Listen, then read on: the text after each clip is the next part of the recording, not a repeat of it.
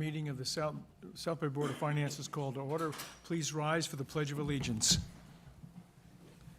I pledge allegiance to the flag of the United States of America and to the republic for which it stands, one nation, under God, indivisible, with liberty and justice for all.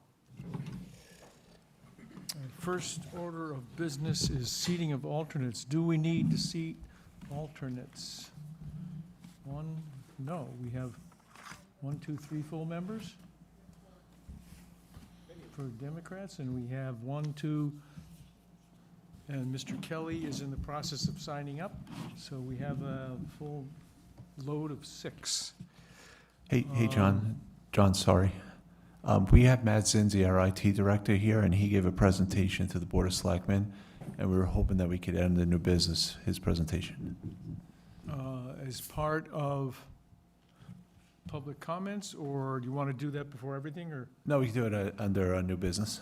why don't we do the approval of the minutes, the public comments, and then we'll do Matt? Perfect. Okay. Let's see, approval of minutes. The minutes were sent out. Motion to approve is in order. Is there such a motion? I have one minor correction. Sure.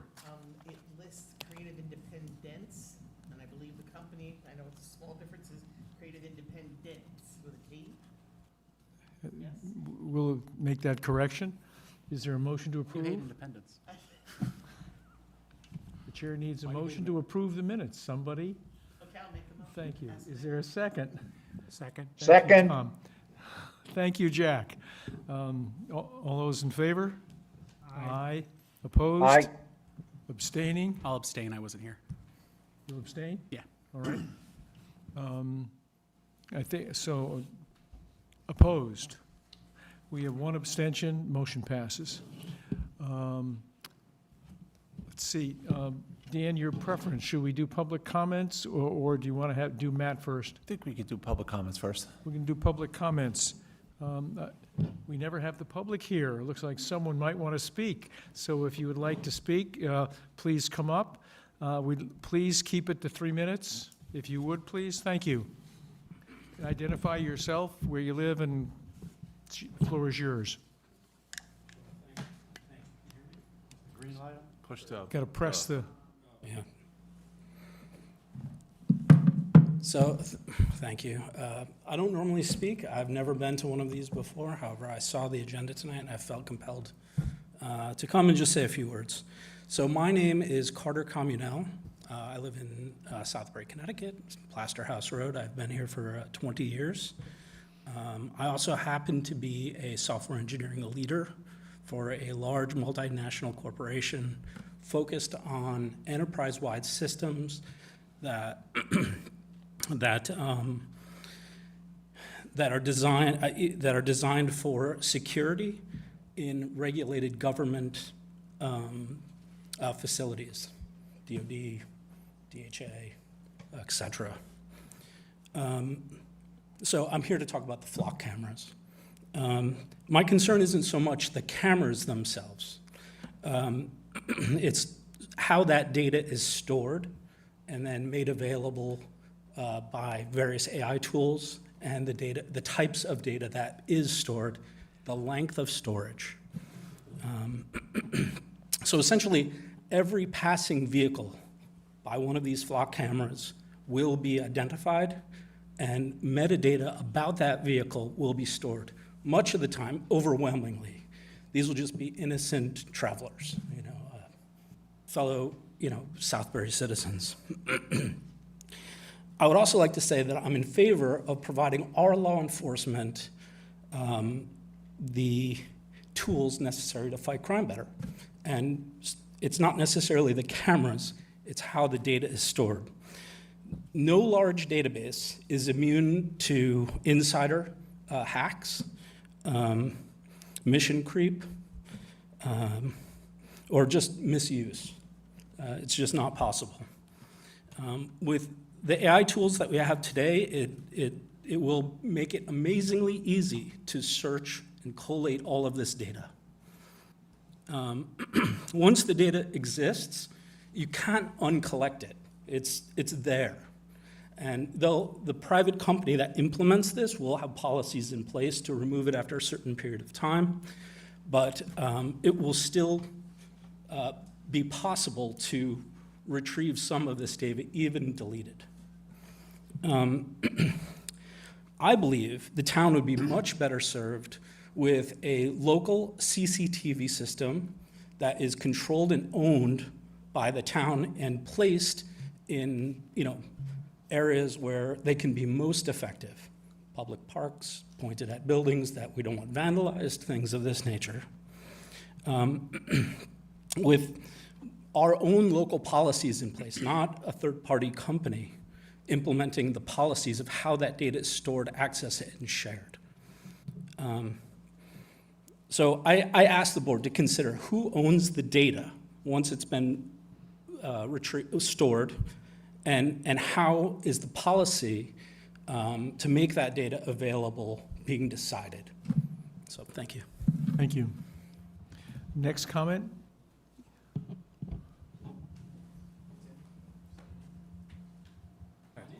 Jason Hoyt, Southbury resident, Connecticut native, and I've been working with data for 25 years in both the healthcare and finance sectors. I've worked for 2 of the largest banks in the country, and I also work for a Fortune 3 organization that I won't mention a name, but goes something, maybe Luigi sounds familiar. So I know a little bit about data. In fact, I know a lot about data I deal with every day. My current role is an analytics business partner, and basically we use data to make strategic decisions on a very high level. So the concerns are there for me. I'm concerned that there's no infrastructure, that this organization that is third party won't be held accountable.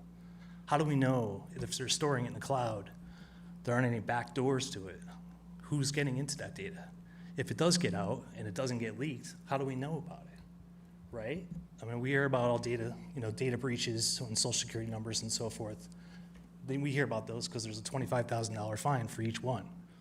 But what if it's just being stuck in a storage facility somewhere, like you mentioned, in the cloud somewhere, and people are accessing it and doing all kinds of data mining stuff, surveillance kind of stuff, it's just, it seems invasive to me. It's got me like worked up. I felt compelled to come down here as well.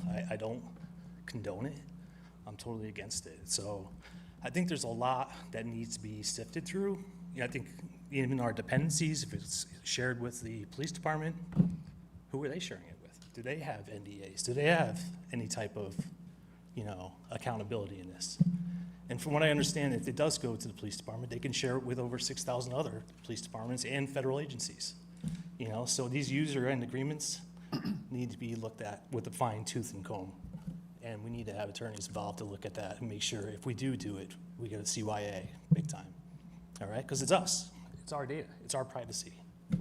So something to consider. Thank you. Thank you. Sir, yes? And could you speak into the microphone, please, so we can get a good recording? I'm David Manning. I live in Oxford. I'd like to speak out about the proposed funding for the police department to install flock cameras. The idea of installing a surveillance system that records the travel of every law-abiding citizen in order to more easily catch a few crooks is repulsive to me. I don't think it's worth it. To me, it amounts to an unreasonable, unwarranted search under the Fourth Amendment. I don't think it's reasonable at all. Although there are well-meaning state laws supposed to protect privacy and limit sharing of the data, I think those laws are toothless and will be difficult to enforce. All of the data captured by the cameras will be processed by Flock, and we have no way of knowing how they actually use it or if they're supposed to delete it after the required time period.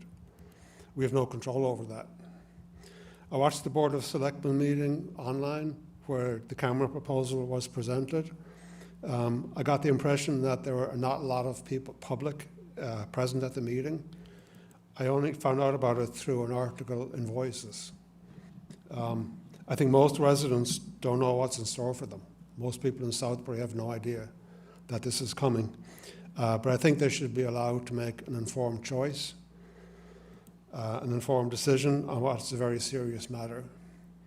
The funding proposal is not urgent and should instead be part of next year's police department budget, where the townspeople can vote on it in the usual budget referendum. I don't think it should be done this year.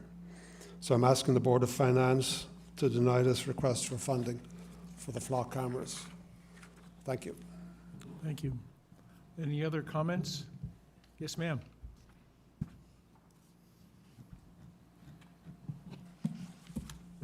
I've also never been to a meeting before, so very nervous. My name is Laura DePace. I live at 731 Lakeside Road. You have my notes in front of you, I believe. I'm concerned about the proposal to install the 5 flock cameras at the town entry and exit corridors with a cost of $42,500 for the first 2 years and subsequent subscription costs beyond that. I question the justification for this proposal. It is my understanding that the original proposal was put forth in response to the vandalism at Ballantyne and Settlers Parks. This proposed license plate reader placement will have negligible impact on the parks. Are there other actions being taken to protect the parks? Shouldn't that take precedence over this? The jump from addressing vandalism at the parks to subjecting the entire border of the town to surveillance is unsettling. What is the advantage to the townspeople of this project? What return will we get for our $42,500? I understand that so far this year there have been 3 missing persons, 3 stolen cars, and 42 incidents of theft, 19 of which occurred at Southbury Plaza. What effect would having these cameras in these locations have on those incidents? Where I live, I would be passing these cameras numerous times every day. While I'm doing nothing illegal, I'm not comfortable with this level of surveillance every time I leave my house. While we are told that the data is protected, we have all seen how frequently data leaks happen. This information in the wrong hands could pose significant danger to our citizens. I understand license plate readers are installed in many places, for example, at Home Depot and Lowe's, but I can avoid those places if I choose. Also, I understand they are facing legal challenges for their use. In fact, the ACLU is actively opposing the deployment of Flock Safety's automated license plate readers and AI surveillance cameras across the United States, concerned with warrantless tracking and data sharing, among other concerns. I am against the $42,500 installation of these cameras on our streets. I'd like to also add, although I didn't get it in here, this came as a total surprise to me. Part of that, I probably should have been paying more attention, but it just sort of, I saw it and I went, what? I saw a write-up of it in Voices that mentioned that it had been proposed and approved, and I missed those meetings. I feel like it was kind of snuck in there and not many people know about it. I feel that we need a more well-publicized period for those of us in the town to be able to put in our opinions and be more informed about it beyond just reading what was in the Voices. Thank you for your attention. I appreciate your time. Thank you. Are there any other public comments? I think everyone who's here from the public has spoken. Okay, we're going to move on. Matt, you have a presentation for us? Please.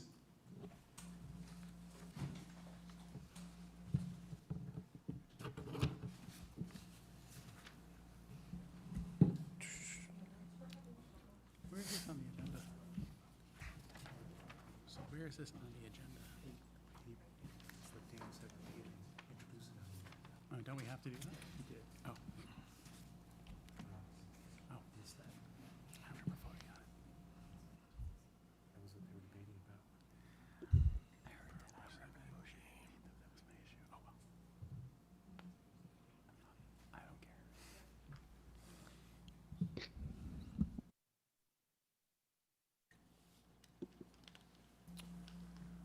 Good evening, everyone. Not sure if I've met everyone, but If not, I'm Matthew Zinzi. I'm the new Director of Technology for the town. I was brought aboard in mid-February and have been working very hard for the past few months to first take a look at everything that the town has as far as technology and where we might want to be going. So I was asked to give a quick presentation tonight to go over some of the details of some of the information I've been able to gather over the past few months, in addition to some initiatives that I've been able to get going already. Even though I've only been here for a few months, we've been able to get a lot accomplished so far, with more to come. So, anytime you're coming into a new organization, the main priority when it comes to technology is to do an assessment of the current state. That was my number one priority when I came aboard. So for the past few months, that is basically what we've been doing in IT, is taking a current look at the overall state of technology for the town, where it is, where the gaps are, where the improvements can be made, what's being done well, what might need some improvement.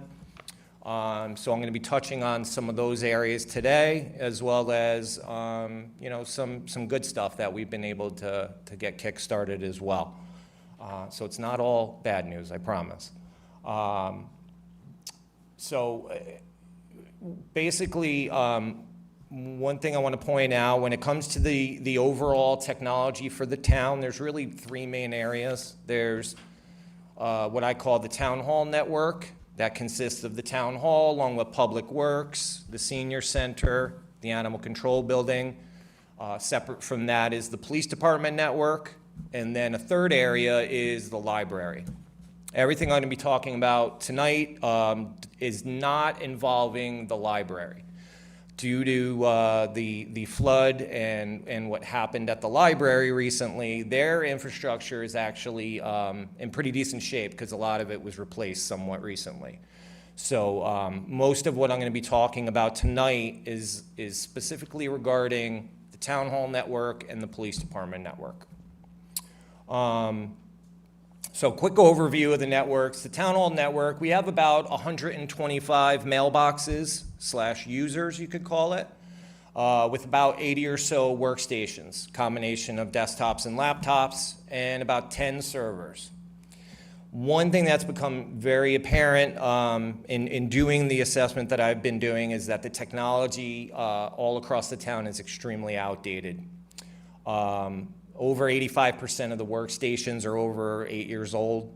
All of the servers are about 8 to 10 years old. They're out of warranty, so you cannot get parts for them.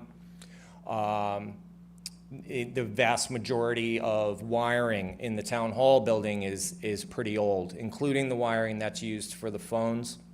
There was a transition to voice over IP, but the wiring that is still servicing those phones is extremely old. The police department is in pretty much the same boat. The majority of their computers are about 8 years old or older.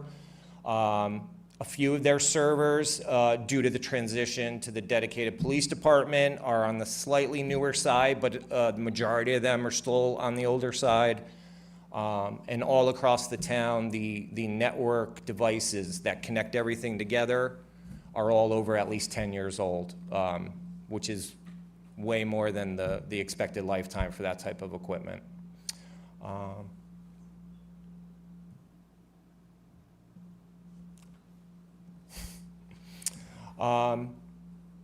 So if you were to ask, okay, what is our number one issue? What's our, kind of red alert issue that we would want to take care of? It's the server infrastructure. So the servers, which is what everyone is using to access files, applications, assistance in browsing the web, all of that stuff. The servers are extremely old and in need of replacement. So that is probably the number one issue that we need to address as soon as possible, is the server infrastructure. In addition, there's some issues along with the internet connectivity in town needs to be improved. The town's done a good job of migrating a lot of apps and services to the cloud, but that makes the importance of your internet connectivity that much more important. And another big area of improvement that's needed is the Microsoft Office software. The town's currently using Microsoft Office 2016, which is obviously on the older side. So what we need to do is modernize, bring in the latest applications and services that Microsoft offers as far as collaboration and all the latest updated applications. The police department is a little different when it comes to their technology and their server environment. They have a need to have on-premise applications, which means their server requirements are more than the town hall side. So some of their systems, they can't really be stored in the cloud. So we have a need for more significant server infrastructure over at the police department.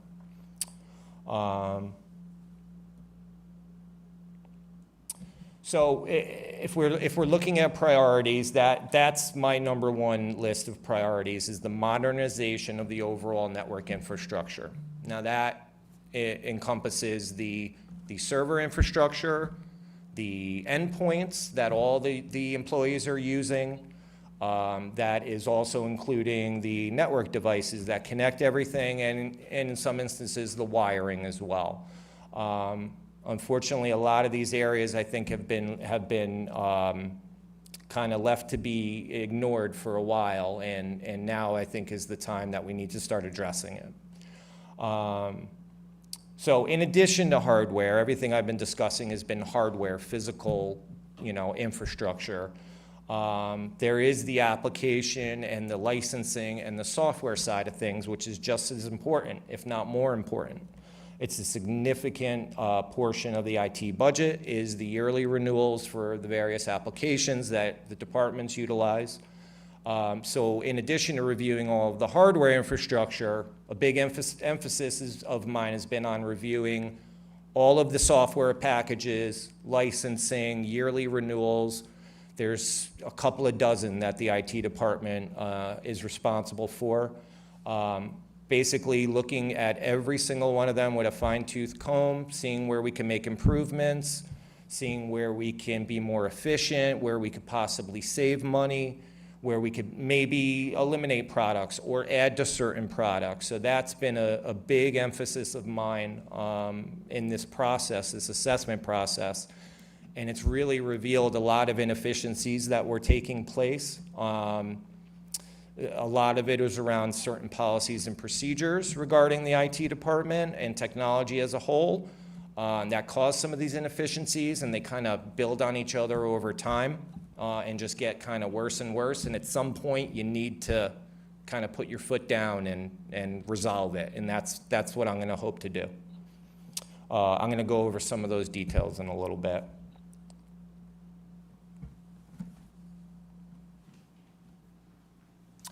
All right, so now I'm going to touch on, maybe go back one. There you go. So with all that said, I said it's not all bad news. There's been quite a few initiatives that I've already put in place to try to leverage some of these efficiencies that I'm trying to target. So I'm going to give you a few examples. One is our mobile communications, which has been provided by AT&T FirstNet over the last handful of years. We're going to be migrating our connectivity over to T-Mobile, from AT&T FirstNet to T-Mobile's version of FirstNet, which is called T-Priority. It's going to include upgrading all of our mobile devices to brand new phones and tablets, iPhone 17s, and the latest standard iPad. It's going to be upgrading our connectivity from older LTE connectivity over to the latest 5G networks that T-Mobile supports.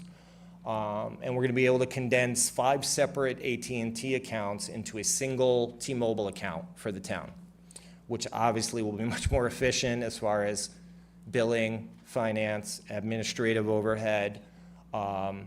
In addition, all of these new devices are going to be fully managed and monitored by an in-house mobile device management solution. In the past, that was not the case, and what I've been able to find over the last few months is a lot of areas where we had lines that were no longer being used, but they were still being paid for on the bill.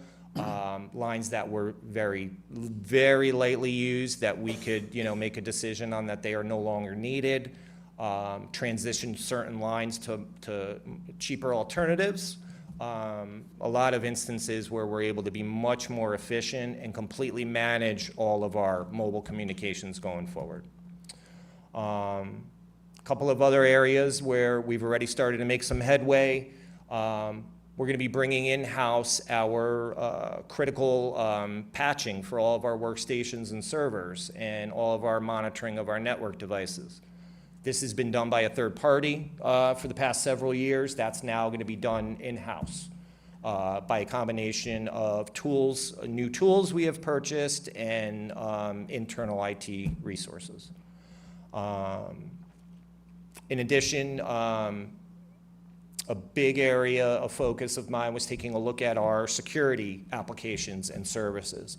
The town has done actually a very good job as far as security is concerned. That was a bright spot when I was going through my assessment. However, as part of that, there were some inefficiencies. That's kind of the name of the game of what I've seen is there were areas where certain products were over-licensed, or there were certain security products that were providing almost no value at all, yet were purchased. Through a combination of these and some negotiating on renewals, I've been able to leverage some cost savings for our security product renewals for the upcoming year and going forward. So that's mainly around our endpoint protection software and our email security. So we're seeing some extensive savings for those upcoming renewals. And I can go into further details at any point if you'd like. Okay. One other very big area, and this goes to the IT overall policies and procedures, is the onboarding and offboarding of employees was unfortunately not done the way it should be, let's put it that way. When I did an audit of all of our user accounts, that's basically any employee that becomes an employee, they get a user account and they get a mailbox. And we pay for that every month. We pay Microsoft license fees for that every month. There were dozens of licenses that were still being paid for that were not needed. So basically, I did a complete audit of all of our software licensing and user accounts and got it down to the absolute bare minimum of what it's supposed to be. That is, employees and required mailboxes that are needed. So this is going to save us money going forward and allow us to increase our Microsoft licensing to get some of those more modern products that I'm talking about that we need to modernize. In addition, another initiative that I'm going to be pushing forward is our transition to the Microsoft Government Cloud. We are currently using what's called a commercial tenant for our Microsoft email and all of our Microsoft software. That's, as a government entity, as a local government, we should be on the Microsoft Government Cloud, which affords us a lot of pluses, including there's full certification, you get enhanced support from Microsoft, all of your data stays local to the United States, in addition to the licensing costs being about 20% cheaper. So that's going to be a migration project that we're going to have to undertake, but it's definitely going to have a lot of value.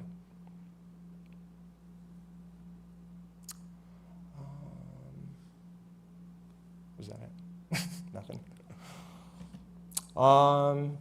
Yeah, so that was pretty much it. If there's one thing to take away from the presentation, I think it's the fact that we need to modernize. We need to modernize our hardware, we need to modernize our software, and the way we do all of our policies and procedures. Some of that's already been put in practice and is getting started, with hopefully a lot more to come. So, that's it.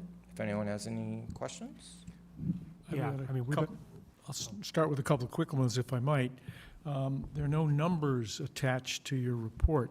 Can we assume from that that these changes are funded within the current 1, operating budget, and 2, capital budget?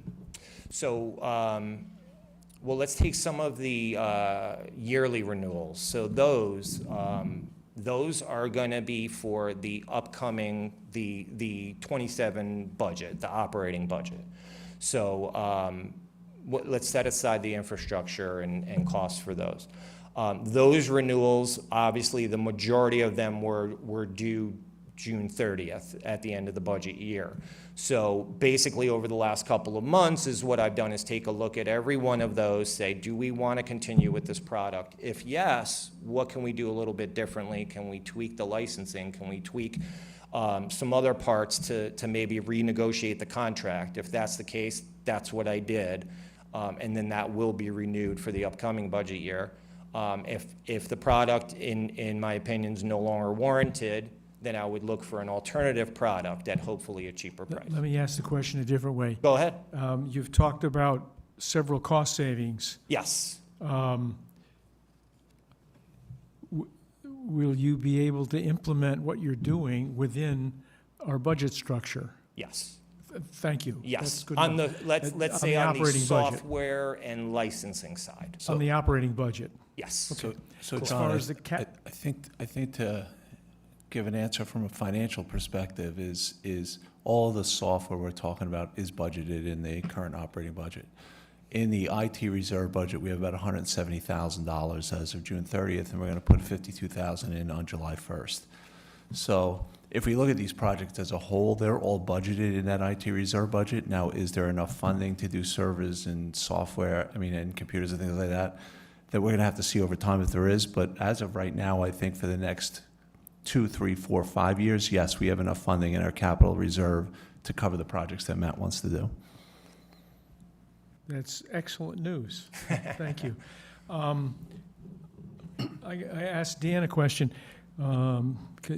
You're the institutional presence for IT these days. We used to have an IT committee. And as I was listening to this, I was a little surprised about the state of our IT infrastructure.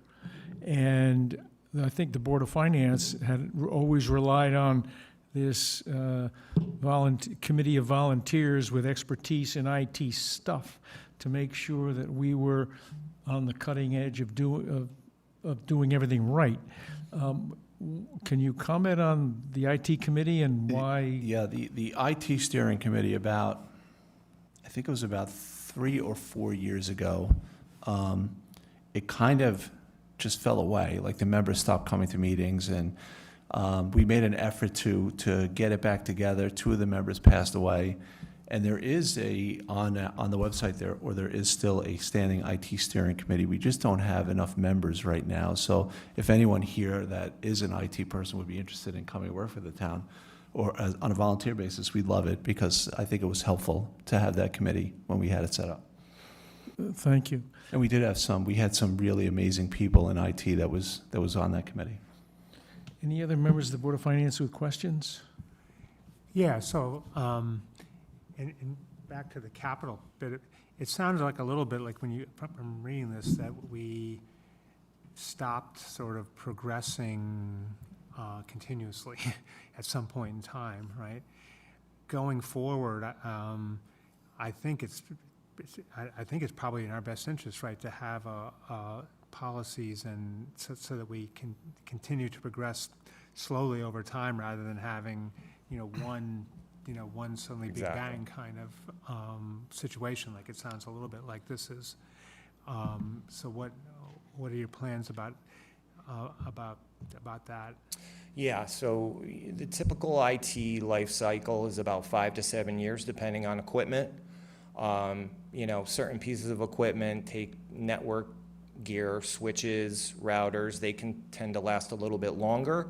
Your typical computer is around to 5 to 6 years. If you get 5 to 6 years out of it, that's what you're looking for. Servers are around the same. So I'd like to strive for that 5 to 7 year life cycle for hardware. Obviously, it depends on, you know, a lot of factors, but that's generally the life cycle, whether you're a municipality or, you know, a Fortune 500 company. That's kind of the general rule of thumb in IT, and that's what hopefully we can strive for, to not end up in the situation that we're But in. is it better to like do it all every 5 years as opposed to staggering it? I would think Usually, most stagger. organizations will try to stagger it, Yeah. so you don't have the big bangs every 5 years. The problem is that we're in that situation where we've kind of let it go for so long that we have to sort of get up to a level. And then once we're at that level, I think we can start to implement that life cycle the way we would want to. We're going to need to do some significant investment, though, to get us up to that level first, though. I don't know if we have the time to stagger it out too much. And there are other factors, the current political climate, the current economical climate. There are, due to AI, you know, the war in Iran, there's a lot of issues that are affecting not only the global economy, but technology specifically. So that there's real big stresses on the pricing for almost all technology gear. The bottom line is, the sooner we can do some of this, the better, because there are probably going to be some significant price increases coming throughout the calendar year and into next year. Yeah, I guess I wasn't thinking so much about staggering now as much as, you know, if we buy everything now, then we're sort of in a kind of. 5 years. How do you get out of the rut? Yeah, exactly. Is there anything you've identified that you could say, okay, I'm going to wait till 2028 for that so that we There get a better is, sense? yeah. I'm certainly not saying we need to buy every piece of infrastructure I've outlined in the next 4 to 6 months. It's not feasible. I don't, you know, we've certainly gotten by this long. I think we can still get by a little bit longer, but we need to start putting the plans in place now and start making some targeted purchases and upgrades now, rather than waiting and not doing anything, say, for 6 months or into next year.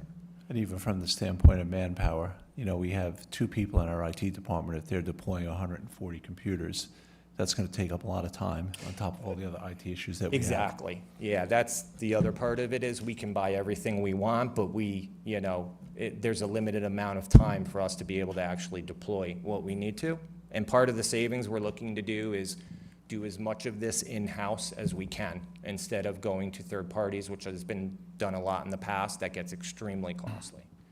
So, Maybe we could do, we need to do 2 things. One, when you, in the next budget cycle, which will be over in 6 months, believe it or not. I know. Before you know it. We'll need you and Dan to work on our IT infrastructure, to take all those numbers and all those projects and remap them to Yeah. whatever this is and the replacement cycle for it. That's the first thing we would expect and we need to be done. And the second thing is, in order not to have a surprise like this again, I know you're here, but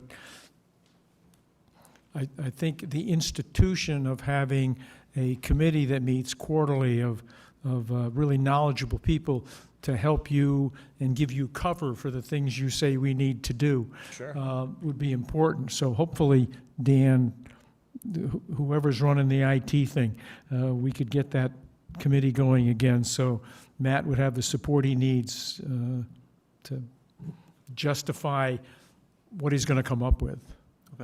Absolutely. Any other thoughts of what we as a Board of Finance might encourage happen?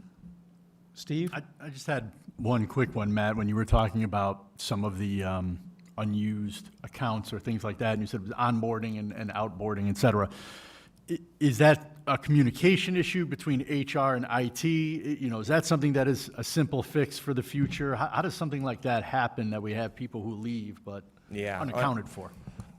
It's hard for me to say what happened before I arrived, obviously. I can tell you what I've done since I've arrived. I put in an onboarding and an offboarding policy and procedure. So when it comes to technology. So when, and I have been notified very early on when a new hire is, we've only had a few in the last few months, but when the new hire has come on, I've been notified as early as possible. And we have an IT checklist. This is what gets onboarded. And we've had a couple of people leave, and there's a corresponding offboarding checklist and procedure. Okay, this is what happens. This person, we deactivate their account, their password gets changed, we remove their Microsoft license, we store their email for X number of time. That's the standard way of doing things. I just don't think it was done, or done, maybe done at least somewhat, but not fully. It was not done as much as it should have been and completely as it should have been. So what I can say is that it won't happen going forward because we have those policies and procedures in place now. Anything else, Michael? I'm going to ask something a little out of turn, jumping ahead. We're going to be talking about those flock cameras later today. I know that doesn't necessarily implicate you, but some people have mentioned other alternatives, CCTV systems, something like that. Do you want to briefly weigh in on the flock cameras versus data thing from your point of view in the town? There's a lot of things that are surrounding the flock cameras. What I can say is for a town like Southbury, some of the other alternatives, the reason a system like Flock that is cloud-based is attractive is because of that, the no need for the upfront infrastructure costs that we're talking about. When you're talking about video, those become very significant very quickly. So to do what a CCTV system, placing those cameras all around the town, you then have to figure out where the infrastructure is going to be for all of that, make sure it's connected, stored. All of that local infrastructure would be prohibitively costly and it wouldn't even be feasible, to be honest, for the town. Now, besides a CCTV solution, there could be other solutions that might have some other negatives as well. I know one of the residents brought up the park specifically. I wanted to touch on that. We are going to be implementing security cameras at the parks with a solution that is not Flock. But so we are going to be pushing ahead with security cameras at the parks, which was due to the vandalism that occurred. That is a system that's different than Flock. It's not, a license plate reader-based system and not as geared as what the Flock cameras are geared for. But yeah, I completely understand the concerns that some of the residents brought up. It's about infrastructure and the feasibility of being able to do some of those things that would make it extremely difficult. So, I appreciate that. Thank you. Anything else from Board of Finance members for Matt on IT at this point? If not, Matt, thank you very much. thank you. And we will move on to the flock cameras. Actually, John Riley resignation, John Riley. Did I miss? I missed that.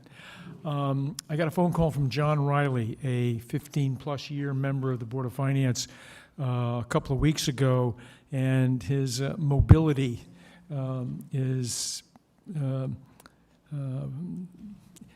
limiting his ability to attend meetings, both at night and during the day. And it was with deep regret that he tendered his resignation from the board. If I might, for a couple of seconds, for John's 15-plus years, he has been a phenomenal member. He has not made some friends at some organizations where he was justifiably critical of their financial practices.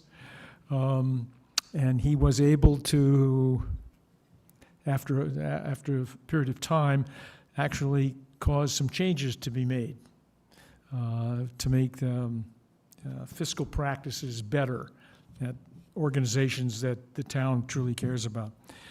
John brought a tremendous amount of experience from the banking system and from planning also to the town. Instrumental in the bank account, the banks we do business with monitoring those banks. He's been a very, very important member. He also was very instrumental in our pension analysis of how we should fund the town's benefits for our people's retirement. And when it came to our IPOC, once he helped us create the IPOC solution, which is unique to towns in Connecticut, of which we are one. And he was a member of the IPOC committee for a long time, keeping an eye on things there. So he will be missed. And he was a wonderful, wonderful member. So I guess that's Riley. Thank you, John. Hopefully we'll get some of that in the minutes to record that. Next is the flock cameras. So, We have a presentation here. Is there someone here there's to a presentation. do this I believe for us? Chief Grillo's on and someone from Flock is on as well. But as we move forward from this from a financial perspective, to move forward is going to require a town meeting. So for everyone in the audience is concerned about this being pushed, we will have to require a town meeting, and hopefully everyone will show up and voice their concerns and vote the way, with their conscience and how this should Dan, go. could you speak into the thing, So, please? so what I was saying, John, is to move forward with this project will require a town meeting, which the Board of Selectmen will have to vote on, probably at their next meeting to establish. And I was just saying, hopefully everyone in the audience, we've heard their concerns, and they'll come and vote their conscience during that town meeting. I'd like to ask a couple of process questions about the financial request. We're right at the beginning of a budget year, and this thing comes up.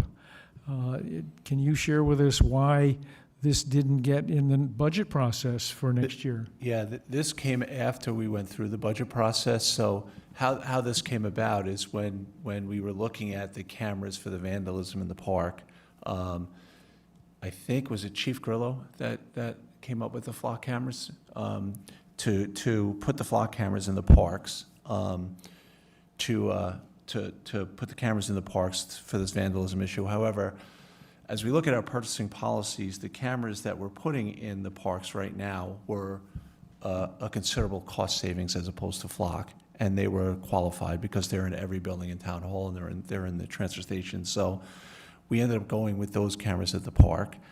But when we looked at it, I believe the first selectman and Matt and Chris and even myself were in the meeting. It was discussed that maybe for public safety and for the benefit of crime prevention to look at putting these flock cameras at the various exits and entrances to the highway. Now, this was after the budget process, and that's why we're going through this process, that the Board of Selectmen will have to recommend the project, the Board of Finance will fund it, and then the Board of Selectmen will have a town meeting to vote to put it back into the expenditure back in the next year's budget. An observation, and then another question, comment. The town has had cameras for the town buildings, the library, the senior center, for matters of public safety, in the budget for, I think it's at least 10 years. We've been sort of slow to implement it for any one of a number of reasons, but we do have a rich history of certainly our buildings being subject to monitoring for public safety of the staff, et cetera. I'm puzzled when the actual benefit to the town for having these cameras. There was a benefit stated when we decided to put cameras in the buildings, for people who come into those buildings to know that they were being monitored and inappropriate activities were not going to be tolerated, and they would be documented. I'm wondering, is there a benefit statement, other than the amorphous public safety, that the police have relative to the flock cameras. And what I'm getting at is, assuming the Board of Finance at some point approves this, we might, like with the economic development, establish, gee, we're going to try this and see what happens. What are the benchmarks of the success of spending the money? Does the police department have anything like that for this? That's a good question, John. I think Chief Grillo is on, and I think he's actually traveling this week, so he was going to be on. But there is someone from Flock on. I'm here. so- I'm here. Can you hear me? Hey, Chris, how are you? Thanks. So, Chris, did you hear John's question about the benefits or a benefit statement for these cameras for the police department? Yeah, absolutely. And I can just elaborate a little bit more on the. You're an echo here. I can elaborate a little bit more too on the.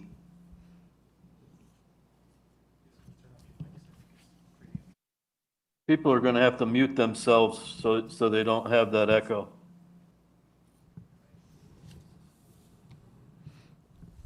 I can elaborate a little bit more too on the. Sorry, I'm getting a lot of feedback. Yes. Are you hearing okay? I can push through the feedback if everyone else can hear me. Sounds good now, Chris. Please proceed. Great. So the way that the project developed was when we first looked at the cameras for the parks, one of the vendors had proposed LPRs in the park. And my recommendation at the time was, if we're going to look at protecting our parks with cameras and LPRs, it would be more beneficial to the town to push those LPRs to the outskirts of town and use them in conjunction with pre-existing cameras. Pre-existing cameras that the town owns and maintains, but they can also be used in conjunction with cameras that other private agencies or businesses or personal residents own and maintain that they're willing to share with us. An example is if we're looking for a vehicle that's captured on a town hall camera, we could then utilize the Flock system in conjunction with CCTV with the town cameras as a relationship between the two. And just to clarify, because I think there's a lot of misconceptions of what these automatic license plate reader cameras actually capture. They capture license plate characters. They capture vehicle make, model, color, and distinctive features, meaning is there a bumper sticker? Is there damage to the front fender? They also record the date and the time and the general location of that vehicle based on the camera placement. Since 2015, we've had a mobile LPR, license plate reader. It's affixed to a vehicle.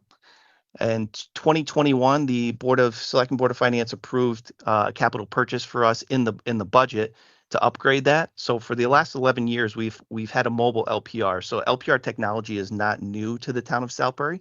We're just looking to expand that to fixed LPRs in the town.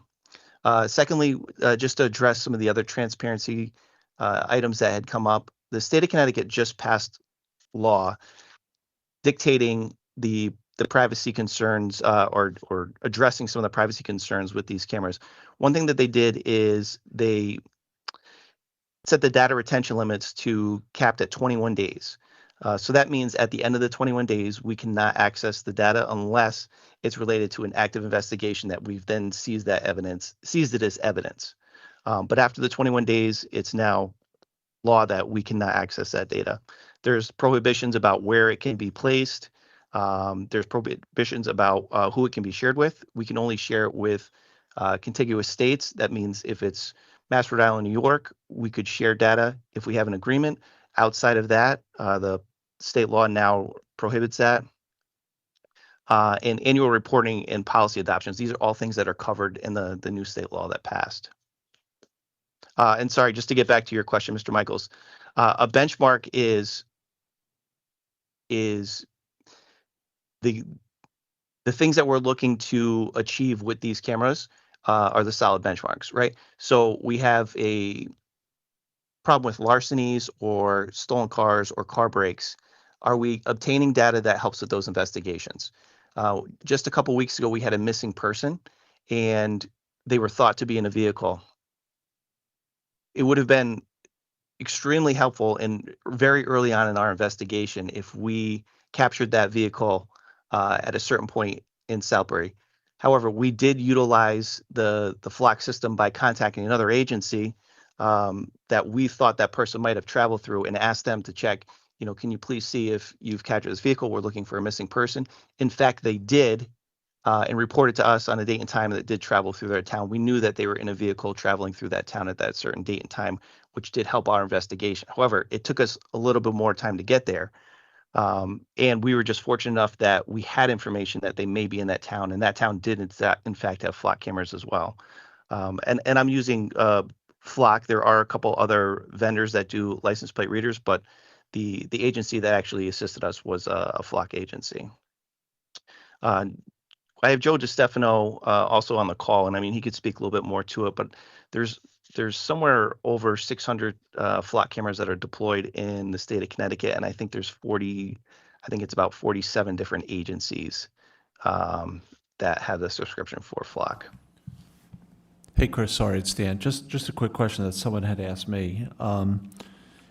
If the flock camera, let's say that the software or in the cloud is utilized in other states, are they following the same guidelines that the state of Connecticut is following? So, for example, if our license plate's being picked up here in Southbury, and a municipality in Massachusetts is requesting that data, are they following the same guidelines that we do, that data is being utilized the way it's supposed to, and that it is being deleted in 21 days?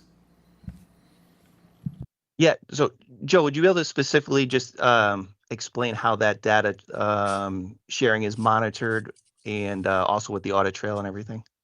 Yeah, no, for sure. Can everybody hear me okay? Yes, proceed, please. Yes. Awesome. Yeah. To Chief's point, so legislation passed in Connecticut State, I want to say like a month and a half, 2 months ago, which put out these parameters on many things as it relates to accepted uses of LPR technology in the state of Connecticut. One of the points being the sharing policies or requirements being with other agencies in Connecticut State, Rhode Island, Massachusetts, and New York. The 21 data retention. So all that means is after the 21 days, all the data that's been collected in the Flock platform is hard wiped. The Flock user agreement is the governing document for the use of the technology. So to answer that question more specifically, the agencies who have shared their devices with Southbury and vice versa are thereby accepting the capabilities that by law are in place in Connecticut State.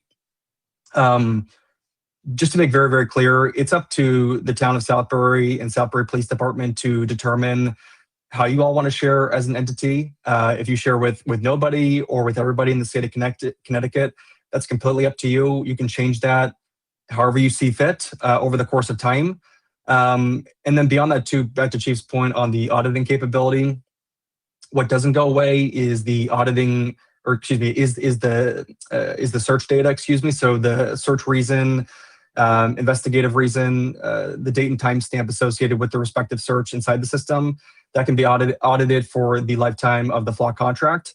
And then the last thing I'll mention, because I shared some presentation materials on this in a previous meeting, it's become a best practice for agencies operating with the Flock program in their municipality to have what we call as a transparency portal, which can be theoretically published on the town's website, on the police department's website, on your Facebook site, etc. But really just detailing how the program is being used, what it is, more importantly, what it isn't, but also any key documentation that may be of importance to the town, to members of the public, etc. So I'll pause there. Chief, anything you want me to further elaborate on for the board's sake? No, thank you, Joe. Yep.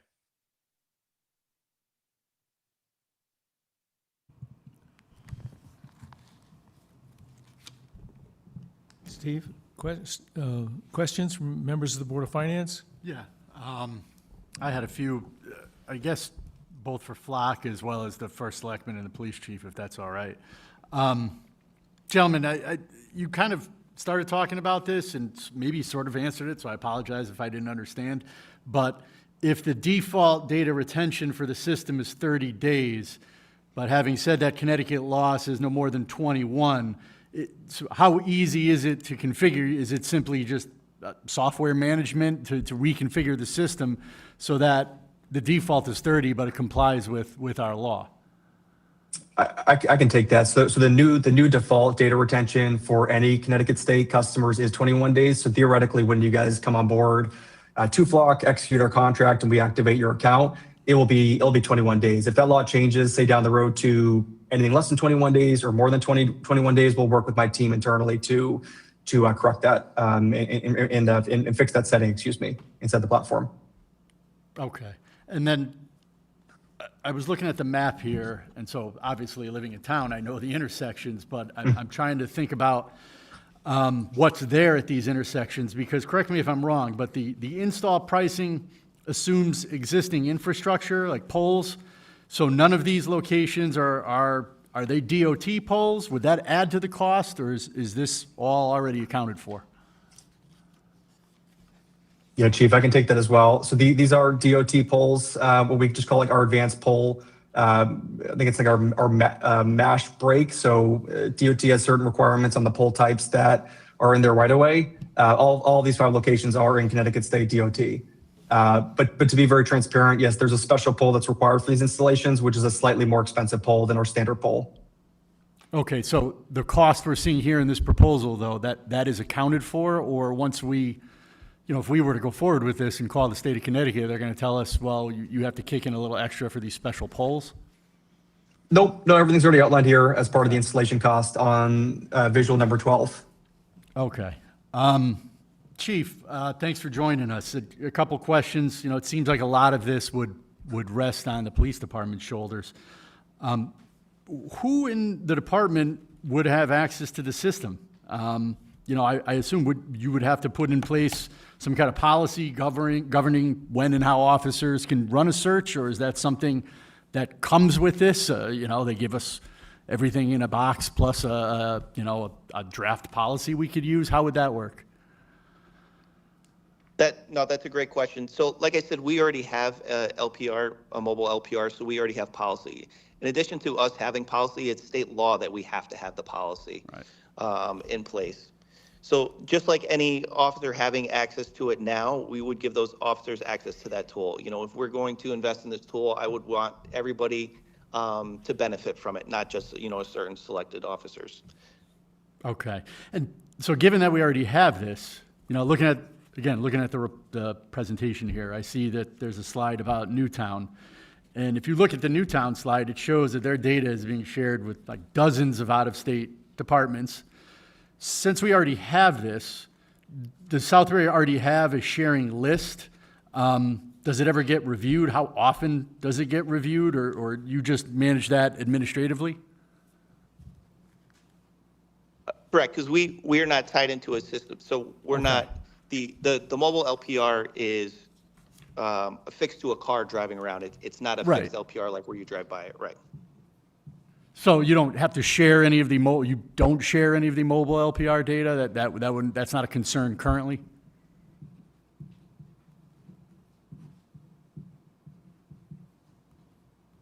I don't know who would answer that. Yeah, and Joe, could you just, you could probably explain a little bit better the difference between the hot list and the way that Flock shares the data? Yeah, so just to be very clear with the audience here, so we don't share anyone's data. Like the data is the town of Southbury's, the PD's. That is completely up to the town and the PD to determine who you all want to share to in terms of the other agencies in Connecticut State, Mass, Rhode Island, or New York State. And again, all of that is completely audited for the duration of the contract. Sorry, I'm getting some feedback, Betsy. But just to elaborate on the capability of Flock that Chief's alluding to as it relates to hot listing. So this is taking point in time pictures of the backs of vehicles on public roadways, and it is can only be used for investigative purposes.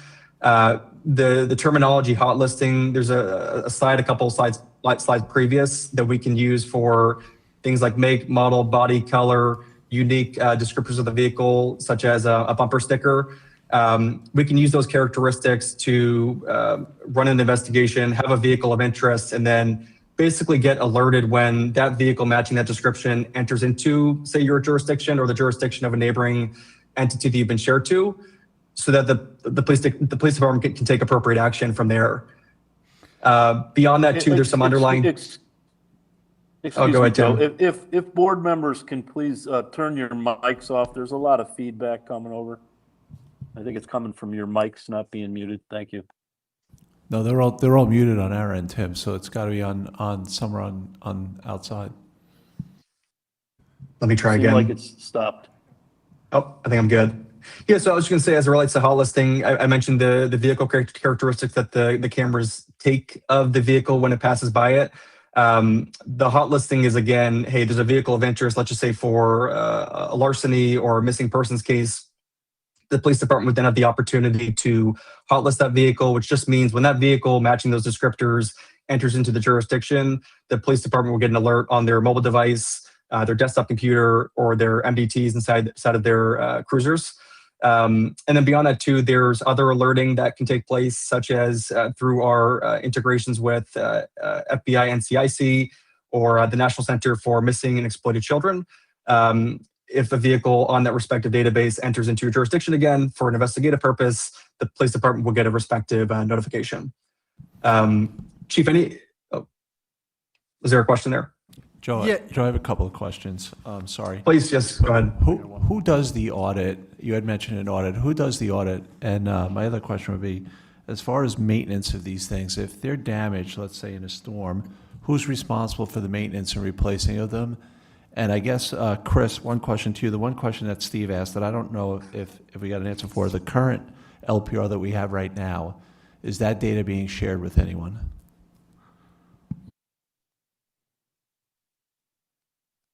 We don't have, there's no other agency that has direct access to our LPR data. But information sharing amongst police department it's common practice. So if there was an agency that was doing an investigation and they called us looking for information, we may share information with them relevant to their investigation. But as far as another agency having like access to our LPR data, there's no direct connection. And I'll take the other two. Oh, is there a follow-up question on that? Yeah, Jerry has a question, and then Steve, and then I have a question about the money. So just to be sure, this is used basically for criminal activity or what you might consider safety or extreme safety situations, missing child, missing elder person, whatever. My question is that defined very clearly in the utilization of this? Because I've heard the concerns about it may go further, and it kind of ties into my second question. 5 cameras are being proposed. Does that mean to go to 10 cameras, we need a separate process? And is there input from the finance board or selectmen limiting this to the 5 cameras that are listed?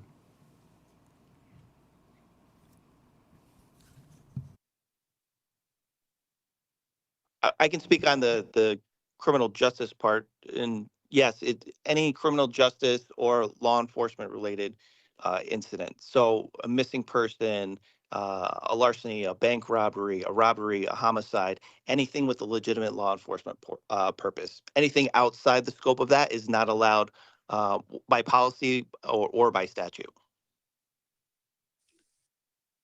The question about additional cameras, so I see 5 in the proposal. What would it take to expand that if there was interest on police department or some other department? The proposal for 5 is a good geographical coverage of our town. To add an additional camera, it would just really be, amending the contract, Joe, if I'm correct. Yeah. Yeah, Chief, exactly right. And if you go back just one slide here, Betsy, the cost of any additional flock cameras would just be that $3,000 additional per camera per year.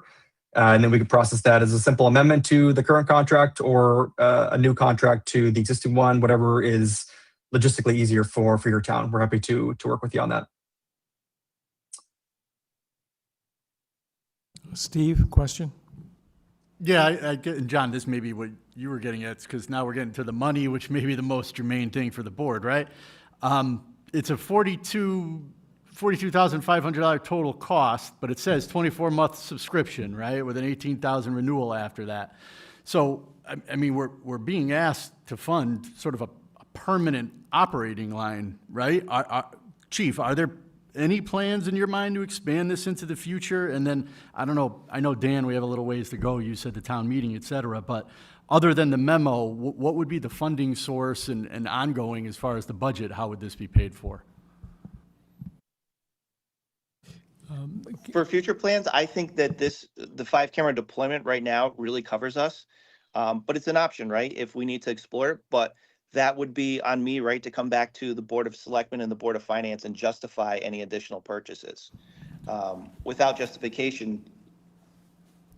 So So Steve, currently, oh, sorry, Chris, go ahead. no, I was just going to say, and currently, so it's a 2-year contract.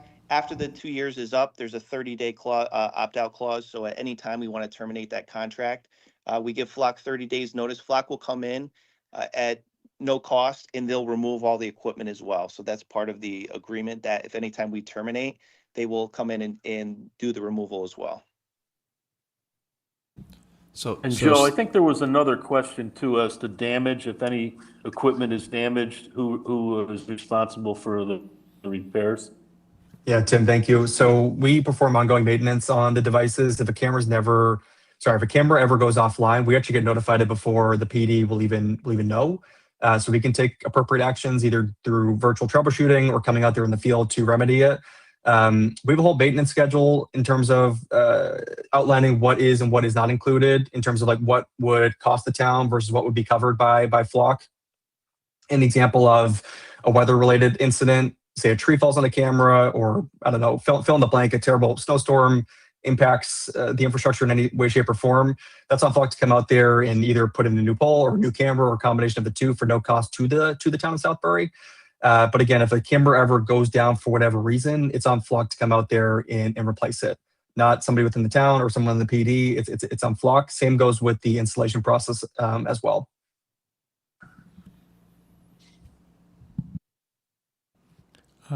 Dan, if I might, oh, yes, Tom, go ahead. So Flock is a private company, is that correct? That is correct, yes. And what happens if Flock goes out of business, if Flock gets bought, if any of the many things we know could happen to private companies over time?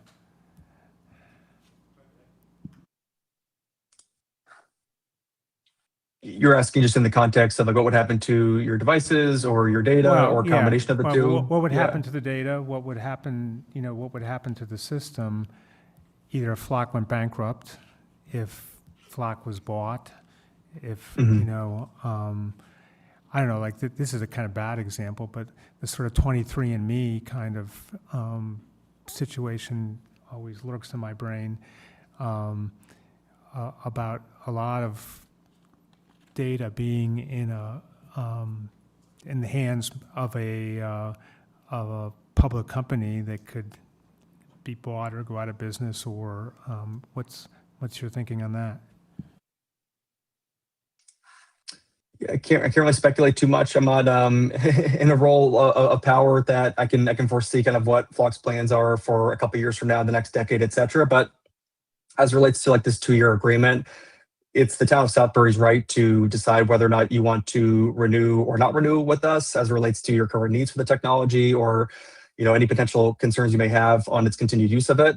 But yeah, I can't really speak too much on us being like a privately versus publicly traded organization or being bought sometime in the future. Yeah, if you have specific concerns on that too, I'm happy to address them as it relates to like privacy or security or a combination of the two. Joe, does Flock ever do a one-year contract with municipalities? And I only ask because let's say 6 months into this, we do an evaluation and we're discovering that crime statistics have gone up. And we go through the budget process next year, we may not want to renew for a second year. So is there any kind of proposal that would do a one-year proposal here?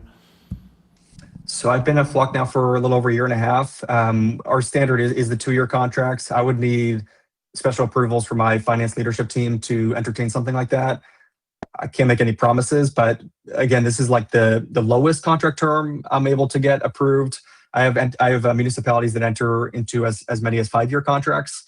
So anything between 2 and 5 years, I have a lot of leeway, I should say. But yeah, 1 year would require special approvals for my team. There's no guarantees I can get it done as well. Mike, go ahead and then. Okay, I have a few questions for, I guess, the group. First of all, I guess for like a 10-year life cycle cost, I'm assuming these subscriptions increase. I guess, first of all, how long has Flock been in business, number one? Number two, what do you see as a projected annual subscription increase to the extent that you can offer that? And then three is just, I think we've established this, I just want to make sure, all of the physical cameras, all that pole and electrical work, all that stuff is pretty much covered by Flock. But I guess, Steve Giacomi brought up, we have the subscription term, 24 months. I'm just concerned about the cost creep of any subscription when we're locked into something new. Yep, I can take all of those. So first and foremost, the deployment scope for, Betsy, if you don't mind going to the next slide here, that's a purely solar deployment. So every municipality that engages with Flock for a program like this has the option of solar or AC power, depending on the infrastructure availability for these camera locations. This is a purely solar deployment. There is actually no hardwire power, AC power to these devices. But just to further elaborate on that part of the question, Flock does the entire installation. We come out there, do the site survey, install the pole, install the camera, connect it to the system for the PD's use. We take care of all of that from start to finish. As it relates to annual increase, I've been here for a year and a half. Prices have not changed my entire time here. I don't foresee that changing anytime soon. That said, if there were to ever be a price increase, we have to communicate that to you all in writing, I think over email, and then with any potential future contract amendments that would be relevant here. But to be very, very clear, that $3,000 per camera per year cost has not changed, and there's no communication from my leadership team on that changing anytime soon. And then Flock's been around since 2017, so about 9 years in business. Okay, a couple other questions. Where's Flock's central offices, I guess, or I'm sure it's cloud-based, but obviously you provide some of the security, but if these are compromised, who pays? I mean, are we on the hook if there's a leak from you guys or a hacker or China or something? I mean, I have some real concerns about the data and the security of the data and ultimately what liability that will place on the town. Yeah, no, for sure. Chief, if I haven't already sent you over our comprehensive security packet and trust portal, I can do that for the members of the board just to make sure that they kind of understand holistically what Flock does from a security and privacy perspective. Everything is stored on the cloud, AWS GovCloud. In terms of physical office locations, I'm personally based in Boston, in central Massachusetts. We have a office location in the Seaport District, and we're headquartered in Atlanta, Georgia. Just opened up a new office down there. But again, everything is encrypted, in transit, and at rest. We have Type 2, CGIS, NDAA, all the independent certifications kind of come around in the conversation. And we take security and safety and privacy. On this board, I think I'm the only attorney, so my feeling is always risk management, ops, mistaken vehicle identification, improper sharing of data, unconstitutional. That's still, I'm concerned about more is being drained from our police and our town employees. So I guess number one, are there increased claims, good or bad? And number two, several hundred agencies across the Northeast region. I probably get one of what that volume looks like. As it relates to specifically the technology, I mean the overall investigations, leveraging objective data. So if the cameras are working as they're designed, it should really make everyone just do their work a lot better and more efficiently and effectively. But I can't really speak too much on like the litigation side. I apologize. If there's something specific I can follow up with after this meeting, I'm happy to do so, or connect you with my legal team. I appreciate that. A couple questions for the first selectman. Tim, have you contacted the town attorney about what this would mean for our insurance coverage as well as our risk? I don't know if we need additional, indemnification agreements with Flock, or, what role our town insurance. Recommended by the Board of Selectmen to refer it to have to be approved by the townspeople in a town meeting.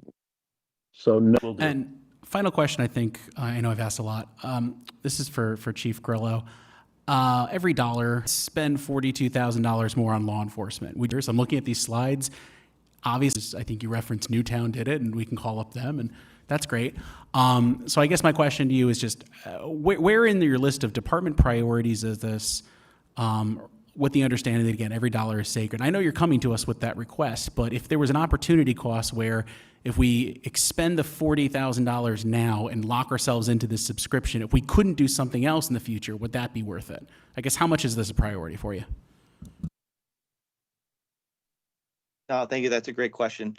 So with a department with limited resources, we have 24 sworn officers on the roster. That doesn't mean that we have them working at the time if we have people if we have vacancies or in the academy.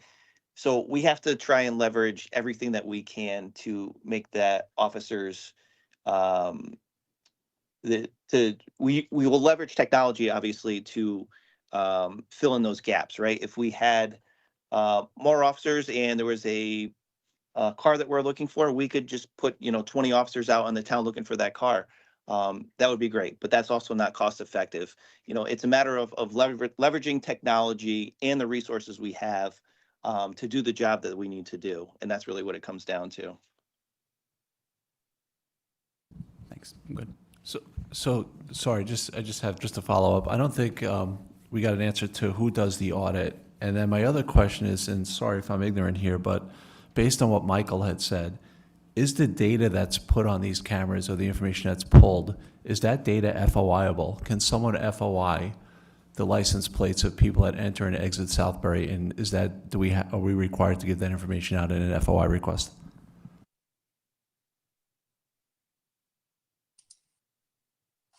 I need to just triple check the legislation before I answer the second part to that question. As it relates to the auditing, that's the responsibility of the police department to conduct the respective audit. How often, how frequent they decide to do so per the LPR policies that they have in place.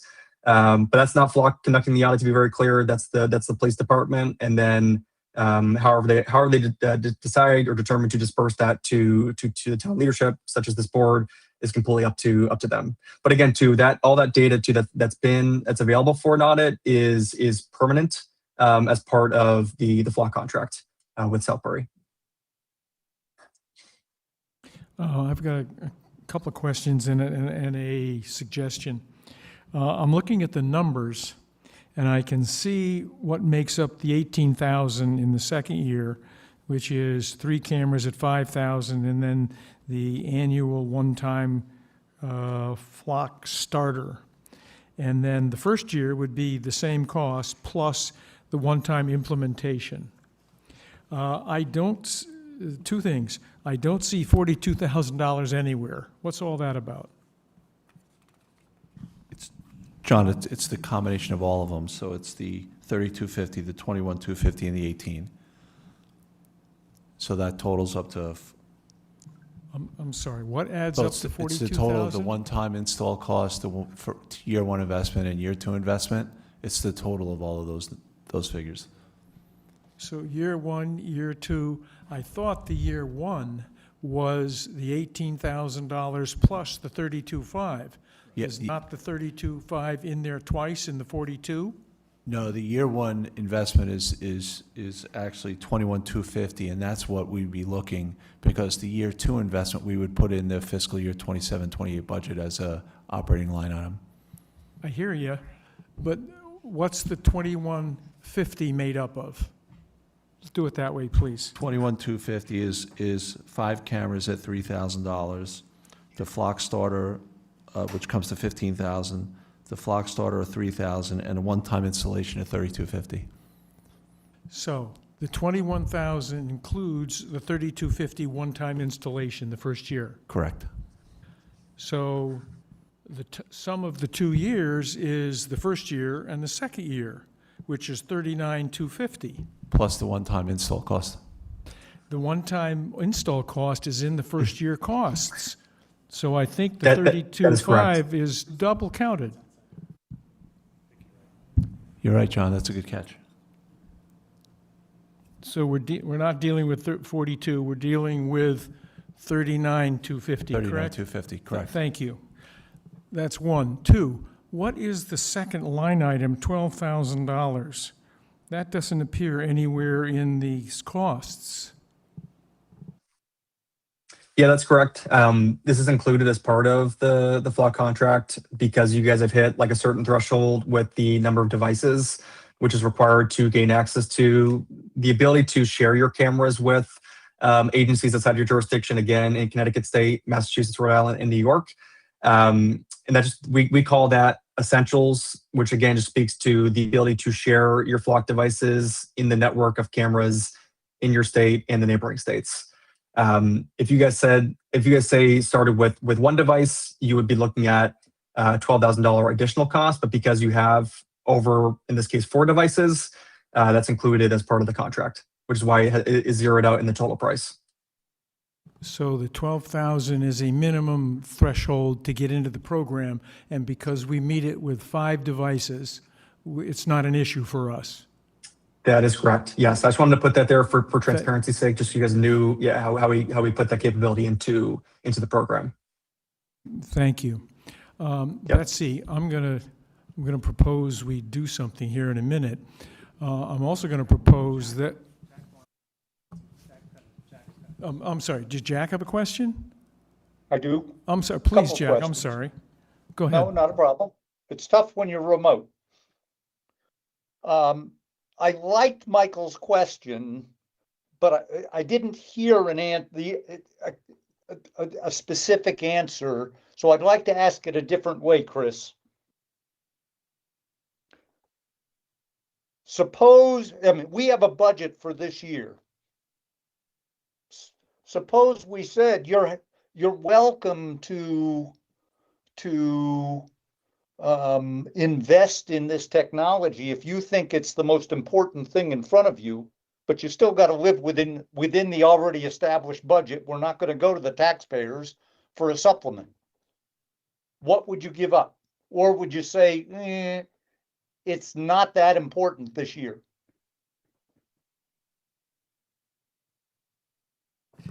Jack, I'm going to answer for Tim because he may not be as familiar with the ins and outs of what the potential is. I was raising the question That for question Chris. was for Chief Grillo. Yeah. Go ahead, Tim, you want to answer? Be my guest, okay? Yeah, No, no, that question was for Chief Grillo. Yes, I'm here. So, Jack, to answer your question, the police budget is set with really no room for movement in it, and that's dictated obviously by the line items. If we were to move $21,250 out of the police budget, I wouldn't trade an officer for that. What we're trying to do here is leverage technology for the limited amount of officers that we have to make the investigations more efficient. Betsy, can you mute your mic, please?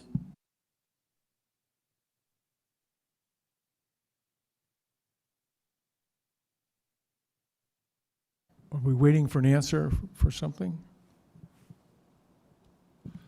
So, Chris, sorry to I guess add. what I'm hearing, Chris, is you like the technology, but it's not more important than anything that's currently in your budget.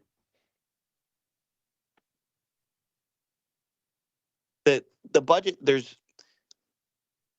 are you asking, would we remove something from our budget, say ammunition to replace flock cameras? Is that, I'm sorry, I'm not understanding what. I'm trying to understand how important this is relative to the things that have already been approved that are in your budget. The request for it is to, and I apologize if I'm not explaining it correctly, is to leverage technology to help the officers with investigations. We have a limited number of officers, and the officers do a great job with the workload that they have. But if we can provide them with more tools to more effectively do their investigations, it's going to save time on investigations. It's going to increase the ability to perform certain investigations. So again, it's leveraging that technology piece to help the officers and assist the officers. It's not a replacement for an officer. It's another tool in the toolbox to assist. Chris, would it hurt the department if we waited till fiscal year 28 to put this in the budget? And is it something, I guess, what Jack is saying, is it something that you guys need right away? No, thanks for the clarification, Dan. No, it wouldn't hurt the department to wait for the next fiscal year. If I might, to some extent, I'd like to make it easy for Tim not to have to struggle with the money part. There's enough issues from the citizens' comments and some of the answers we've gotten today in the town meeting he's going to have to go through. There is a, quote, simple way to fund this, and that is take it out of next year's contingency, which has, what, $150,000 in it, Dan? That reduces our flexibility to take care of things that might come up, but it does provide a funding source that would not impact the police budget. And that would go to how, when we vote on something, what Dan's recommendation is that, well, I guess I'm preempting what I think it ought to come from. If we do it, it would have to come out of the contingency for, the first year would come out of the contingency for next year, and the authority to spend the whole thing, which has to be in the motion, would come out of future tax years, future budgets. So Tim, that would be my answer to Jack's question, so that we don't have to impinge the already approved budget. Thank you for that clarification. Embedded in my question was really a gauge of importance, not funding, John. How important is this? And I think, Chris's comment about it could wait until next year, it is one way of looking at it.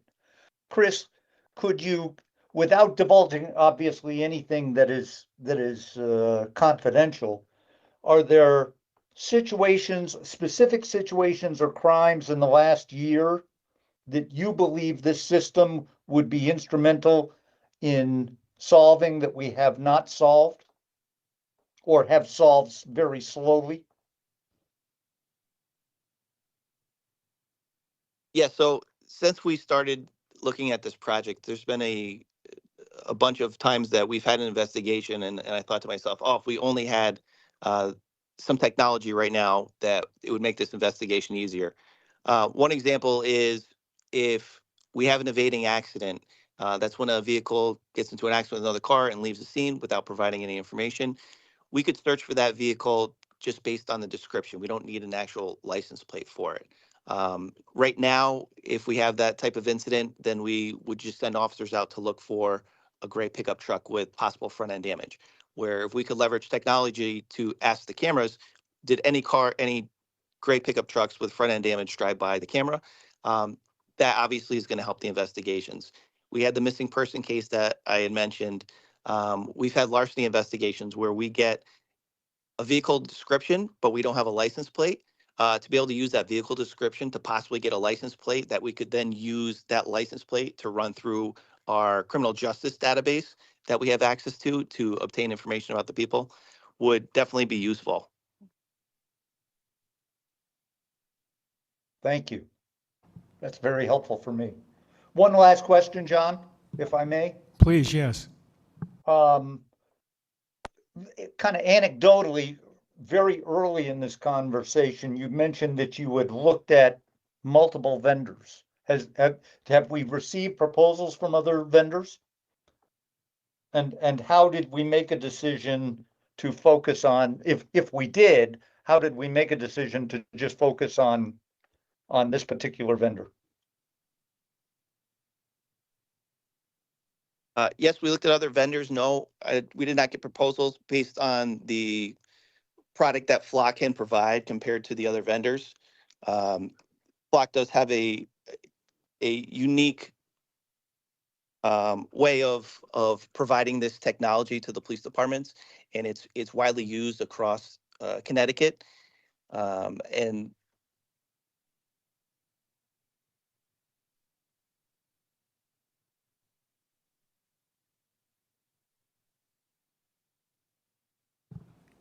Is that, Jack, that is a satisfactory answer? You understand? Yeah, the audio dropped out at the very back end of Chris's commentary, but I think I got the gist of it. So thank you. Jerry, you have a question? So first, I want to compliment the Chief, Chris, on continuing to look at ways to improve efficiency and safety. As far as where the money comes from, personally, I see that as an issue that needs to go to Dan based on contingencies and other factors. I would not give up the idea of waiting till budget next year. I think that we have to take a look at if money's available and where it is, and then decide going forward. But again, thank you, Chris, for the time you put into this, improving safety in the town. thank you. Yes, Michael? Hey, this is for Joe. I had a couple oddball questions, but while I was Googling, there appear to be a few Fourth Amendment challenges to this type of technology, your company specifically. If this technology was ever ruled unconstitutional, would we get a refund on our subscriptions? Number one. And number two, actually, this is kind of not a joke. This is also more for Chief Grillo. If this is found to be an unconstitutional search and evidence is used to convict someone, that conviction could potentially be overturned. So we're asking for a tool for law enforcement, which may not actually be great in the parlance of legal. The evidence would be considered fruit of the poisonous tree. You can look that up in your Fourth Amendment cases. I don't know, this was my kind of half-assed internet research just now, but these are concerns. So Joe, I just wanted to hear your thoughts on that. Am I barking up the wrong tree, or is these issues you consider? You know, I'm not gonna. Okay, I'm gonna withhold any last, because these are obviously serious questions. On the second part of that question, my understanding is if the tool is used in an illegal capacity, like officers can be held obviously accountable and face obviously being fired or legal consequences, I should say. Obviously a rare matter, but that is definitely on the table. On the Fourth Amendment, just question again, I'm an attorney, but I think there's like 31 or 32 lawsuits that Flock has actually been a part of as it relates to questioning of the Fourth Amendment, and we have unanimously upheld that LPRs are in fact constitutional with the way in which they function. I'm happy to provide some more documentation on that too for this board. And then as it relates to the whole refunding portion, I can't speculate on what the laws will be a year from now, 5 years from now, 10 years from now, but obviously something that we would obviously communicate to your agency if you guys are still a Flock customer, excuse me. Michael, I think we've had this technology on a mobile basis in town for many, many, many years. Right, but the AI is changing the game a little bit, and the technologies, things that we're seeing this already with Fourth Amendment cases where technology is becoming, there's eventually going to be a line at some point where it becomes a violation. I'm not saying we're there yet. I'm not saying we're there yet with regards to this technology, but you can't necessarily rest your laurels on, this is only a little different than what we did before, because could be a recipe for a violation. Okay, I'm going to propose something. First of all, Betsy, the basis of this, my proposal is going to be a documentation in the minutes of board members' specific questions and the answers that we got to those questions. So implicit in my recommendation for a motion is that I'll get that data, that information be in our minutes. So hopefully we can do that. It's going to make the minutes a much more difficult and longer to get together, but I think it's going to be important.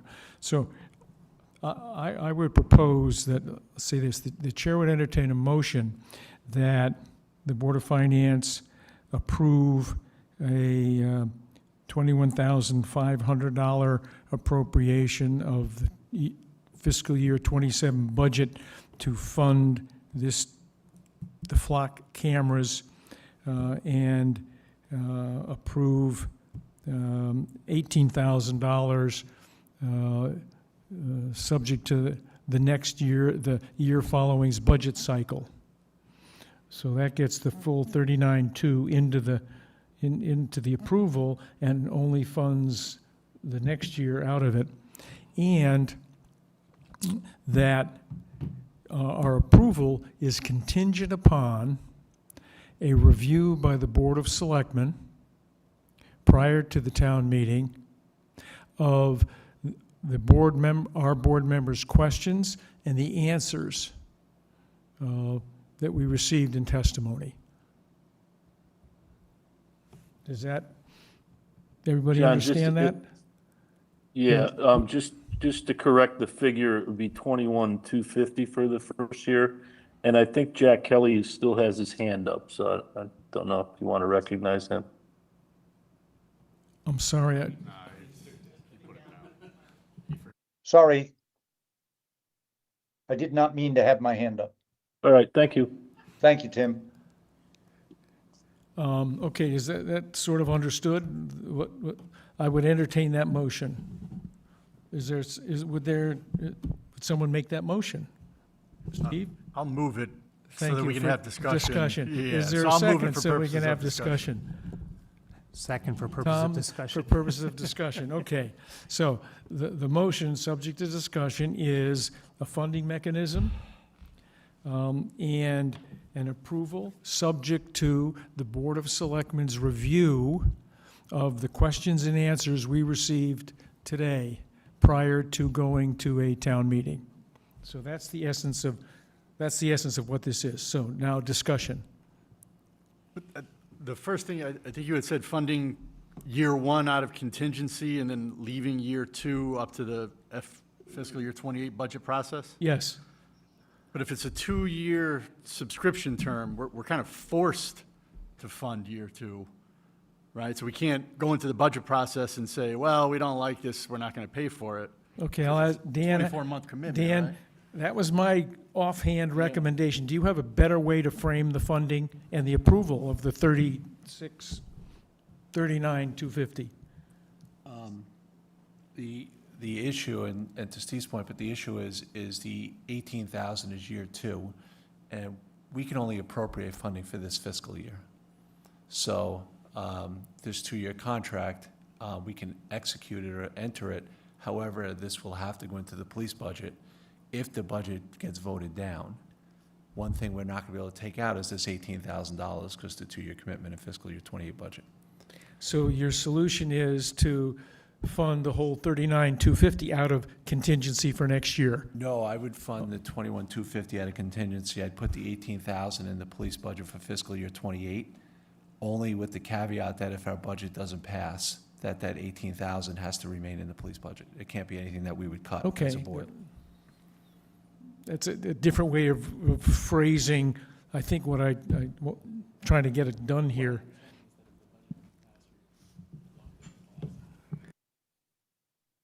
Tom, go ahead, please. Yeah, I like the Jack Kelly solution better, which is wait till the next budget cycle. And in part because, not so much, but I mean, the money, in the grand scheme of things, the money's, we can do these things, right? I guess, I don't know, I'm torn a little bit about my personal feelings about it and my feeling as Board of Finance member. If we're really just being asked about the money, okay, but it seems like we're committing in this more than the money we're committing. We're committing almost committing ourselves to next year's budget ahead of time. And I don't feel bad about letting this drag through time, because it feels like the kind of thing that we want a broad discussion about. And under discussion, if I might, certainly my very first question was, why didn't this not get into the budget discussion for this year? And we heard that really it didn't come up as a possibility until it was later. That's one. Two, the Board of Finance, we give great deference to the Board of Selectmen. They put a budget together. And if I have always maintained, and the town has always accepted, that the Board of Finance thinks that something is inappropriate, like, excuse me for the funding an economic development director in full. We say, no, that's a bridge too far. We do that extremely rarely, and we do give great deference to the Board of Selectmen in this. So while I appreciate, and as a fiscal hawk, I would go with Jack to some extent, but the Board of Selectmen believes, for a matter of public safety, and believes the chief's testimony relative to making our officers more efficient and effective,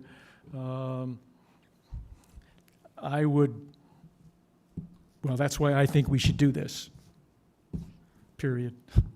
See, I can't disagree more. I think this is a horrible idea for so many reasons, but the main one is the mass surveillance of innocent civilians. People coming into our town are all now, they're having all of their information recorded. There's lots of ways you can track people. I really don't think this is necessary. And looking at the map, I could get from my house to Ballantyne Park without ever passing one of these cameras, do all the damage I could, and then drive home again. So you've gained nothing by having that camera to solve that problem. I could go on for half an hour about this, but I'm just going to say I will not vote for this as I understand it right now in any way, shape, or form, just because I think it's just wrong. I think John's point, I agree with you, first of all. But I think John's point is more, is that our decision to make, or is that Board of Selectmen's decision to make? And don't like to abuse Board of Finance power, I guess, is the Why are we here if not as a backdrop or a backstop to what they do sometimes? Yeah. And data systems are not secure. They're always being hacked. I mean, I know it's all encrypted, and I'm sure their servers are great. Are they then, from what I understand, and this may have changed, Flock reserves the right to maintain the data, not necessarily the individual pieces, but to improve their systems, they have the right in perpetuity to keep it all. And Michael brought up the case of what if they're bought out by somebody else? I heard right behind me, some kind of private equity firm comes in, they'll do whatever the hell they want with it. I think it's I a mistake. agree totally with you. But my question is, again, it's that question is about like whether it's Board of Finance jurisdiction or Board of Selectmen. Board of Selectmen jurisdiction first, I guess. No, and I struggle with that question too, and I think it's actually a healthy discussion for us to have as a board, because there's a little ambiguity under our charter. Like, are we the Senate to the House of Representatives that the Board of Selectmen is, or are we something completely different? Now, traditionally, we've been just financial. I could have gone down a lot of rabbit holes tonight with my questions on civil liberties and stuff like that. I tried to stick primarily to financial issues because I'm a Board of Finance member tonight. I think there's enough reasons to vote against this for financial reasons, I think, too. But to John's point, I do struggle a little bit with how much of a policy-making board are we? And I don't know that that's been clear because, we did essentially reduce, we dipped our toe into personnel matters a couple years ago and essentially fired a very well-liked town employee. And I cried bloody murder against this board. I came here as a member of the public and I said, how dare you? That wasn't your job. You should be, only doing finance stuff. And now I'm like, oh, I guess I should be sticking to finance stuff, heeding my own advice. So I think it's a fair. I'd like to actually hear more from people who've been on this board a lot longer than I have. What is our role as a policymaking body relative to the Board of Selectmen?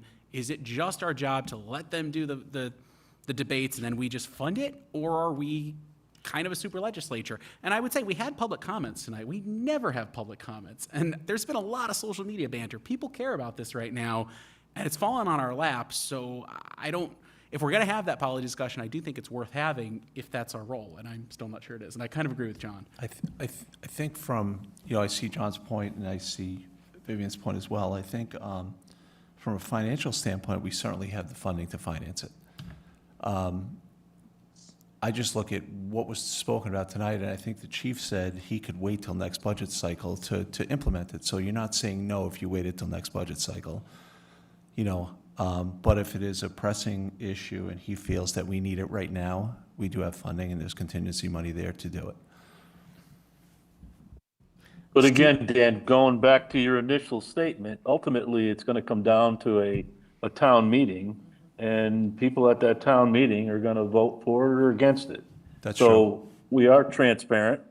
I see the benefits of it. I think the benefits, in my opinion, outweigh the costs, but other people think differently. And that's what how our charter is made up. Our town meeting, it's going to be voted for or against by the townspeople that are there. Tim, if I might, a slight correction to that.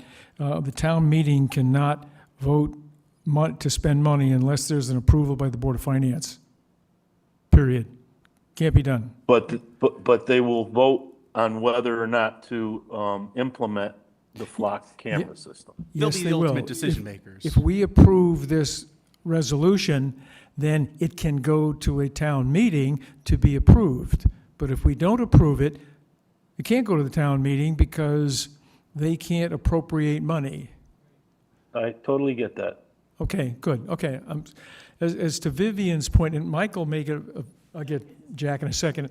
To Michael's point, I think as to fiscal matters, we are the Senate to the House of Representatives. I've never thought of it that way. It's just what this is.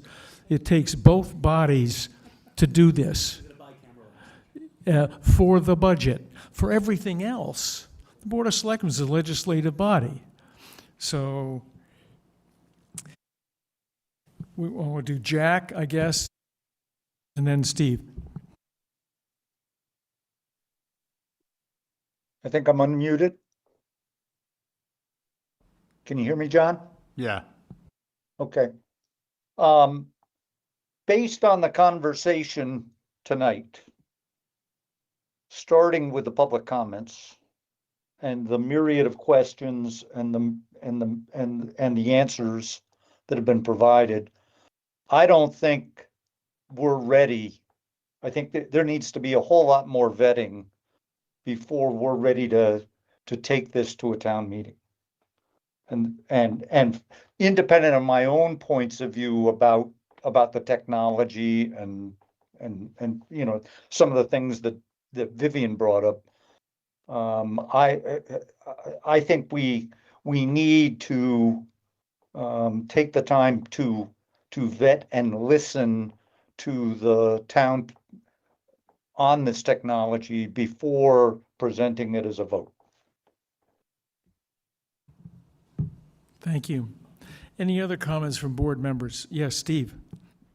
And so I guess what Jack just proposed kind of supersedes what I was going to ask, but I guess for the flock people, do you have language, have you ever done language or would consider language that says that, the contract would be subject to an annual appropriation? So that you have these 24-month term or maybe you have other, contract terms that you propose for other municipalities, but given that as you deal with governments and municipalities regularly, and we have these annual budget appropriation cycles, having us locked in when we can't appropriate money for, a budget that isn't here yet. Do you have that language, or would you consider inserting something into your contract? Yeah, so we do have that language. The user agreement link is actually attached to the contract I shared with Chief Grillo. 11.12 is the section of our user agreement, which is the non-appropriation clause. And the specific section within that clause, I'll just read it really briefly. It says, to the extent applicable, if funds are not appropriated for a future fiscal year, The customer, in this case, the town of Southbury, would have the right to terminate the agreement for non-appropriation at the end of that applicable fiscal year upon 30 days written notice to Flock. So you all would be covered by that through the non-appropriation clause 11.12.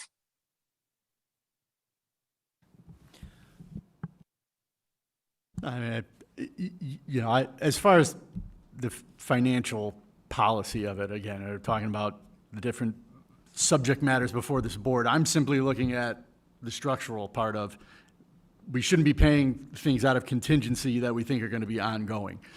Now, I get it didn't make it into the budget process this year, and I think, Chief, that was what everyone was getting at earlier was, is this so important to you that you need it right now, you'd be willing to sacrifice something else in your budget, et cetera, or can it wait? Or given that answer from Flock, do we take a little bit out of contingency now to let Chief Grillo set it up and see how it goes, but then, 18 or 12 months from now, we say, no, we don't like it, and we have that clause and we're out. All of this being contingent upon the public agreeing to do it, I guess, right? The town meeting.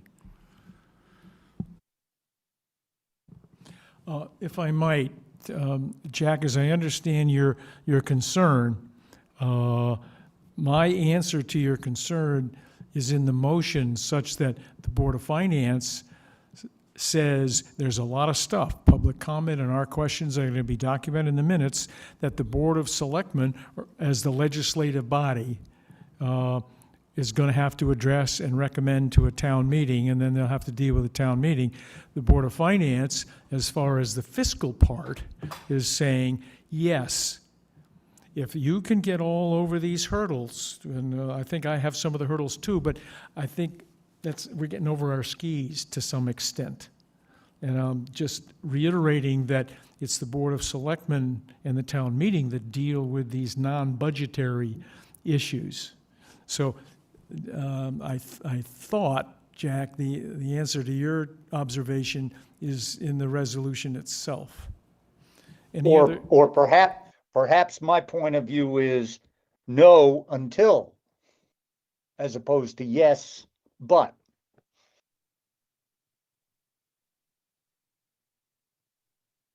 Did that make sense?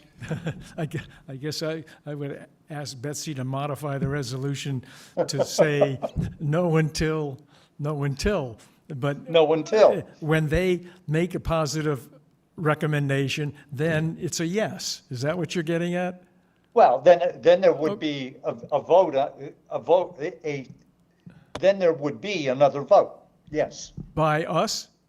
By us. Oh, okay, you want us to. We've done the due diligence, we've had we've considered all the various points of view of the public.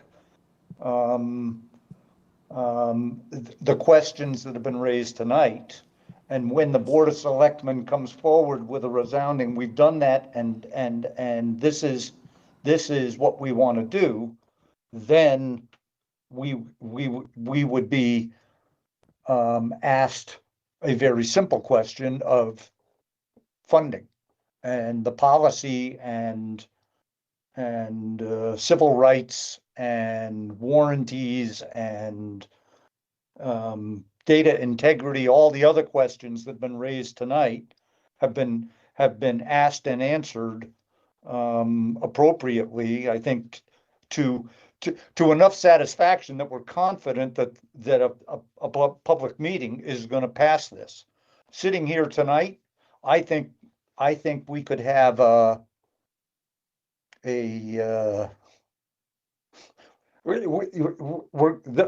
high school gym may not be large enough for that town meeting. Any other comments? I'm going to call for the vote on the resolution. Jerry, comment?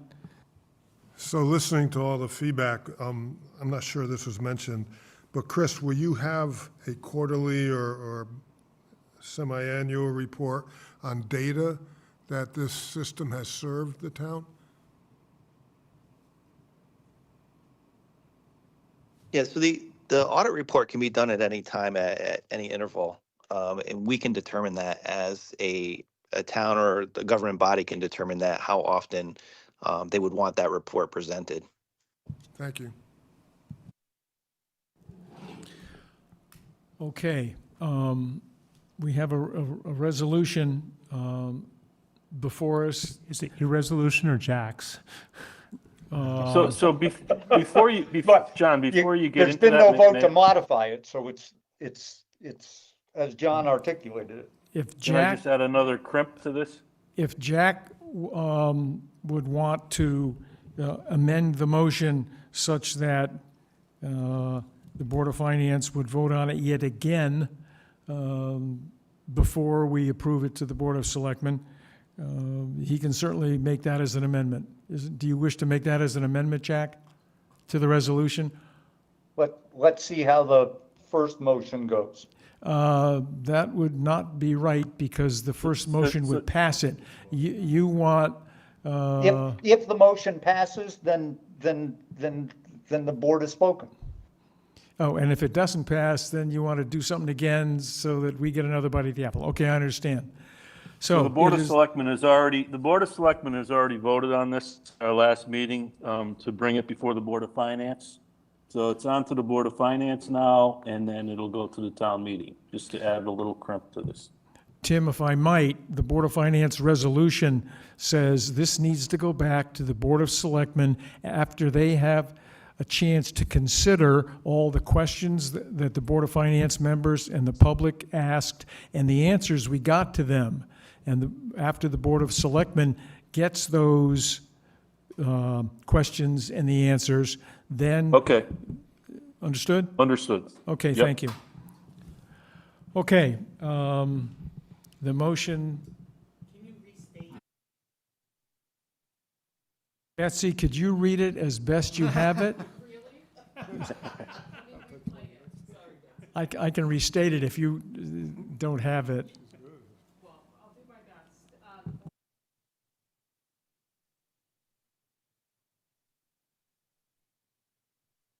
39,250 from contingency.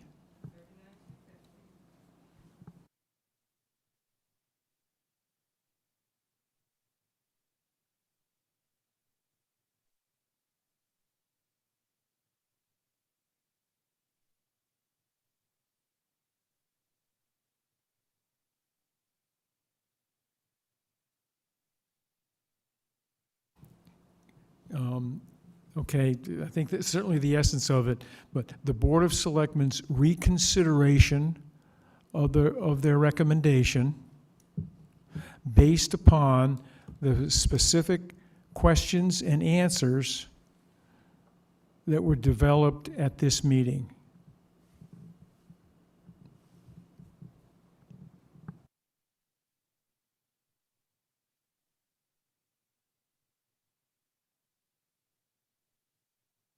So what that does, that clearly places the responsibility for the non-money stuff with the Board of Selectmen in the town meeting.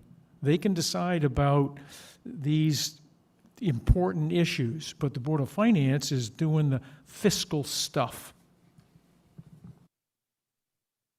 That is what it says, and that is what the intent is.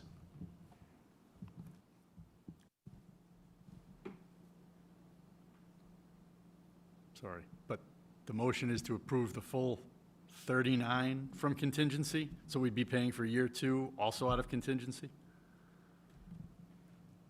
That is Dan's recommendation of what we have to do. My recommendation was to do the first year out of contingency and year 2 out of fiscal year 28 budget.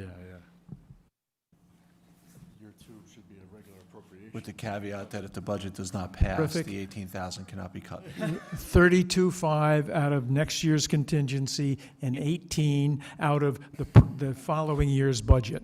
John, if I may. No, it's 21,250 out of Could- contingency. Couldn't we just 21,250. table our vote, subject to the Board of Selectmen's further discussions? I don't know why we're voting on something to send it back to them, for them to talk to, then send it back to us. If we have our reservations and we don't quite know how we're going to address it, can't we just pass on it, or? We can certainly table it. That does exactly what Jack wanted to do. Well, you guys, would we rather this convoluted motion or A just pass motion- on it? I mean, Tim's on this call. He can convey it to the Board of Selectmen. They'll watch this meeting. They can. Yeah, The motion that is Unfortunately, you guys keep breaking up on me. Go ahead, Tim. I particularly understand a lot of the concerns that people have, and I do appreciate the Board of Finance recommendation to bring it back to the Board of Selectmen to answer the questions that came up at this meeting. I think it's a good way to go about it, personally. It gives more people in the town the opportunity to speak before the Board of Selectmen too, before we go ahead and vote again to recommend it. And again, it goes to the town meeting. So I kind of personally like the way you're structuring it, John. Thank you, I think. So let's see what the rest of the Came up at members this think. meeting.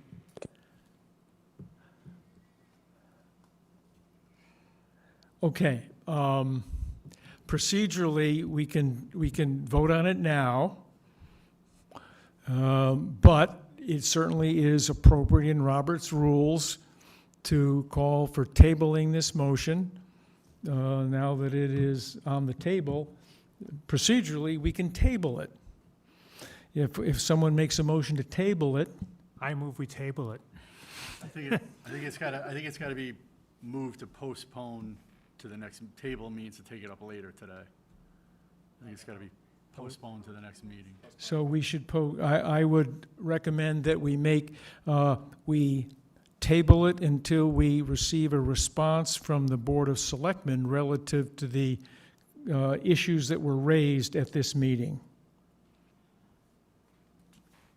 So we have, is that the, we have a motion to table or not? I don't know if it matters, but again, I think the correct terminology is to postpone until our September meeting. If you say table, that means we take it up later today in the same meeting. Okay. We table it, We don't say table. Don't say table, he's saying. Say postpone until the September meeting or until a special meeting. I don't think Mr. Roberts has a postpone until the next time. Postpone definitely.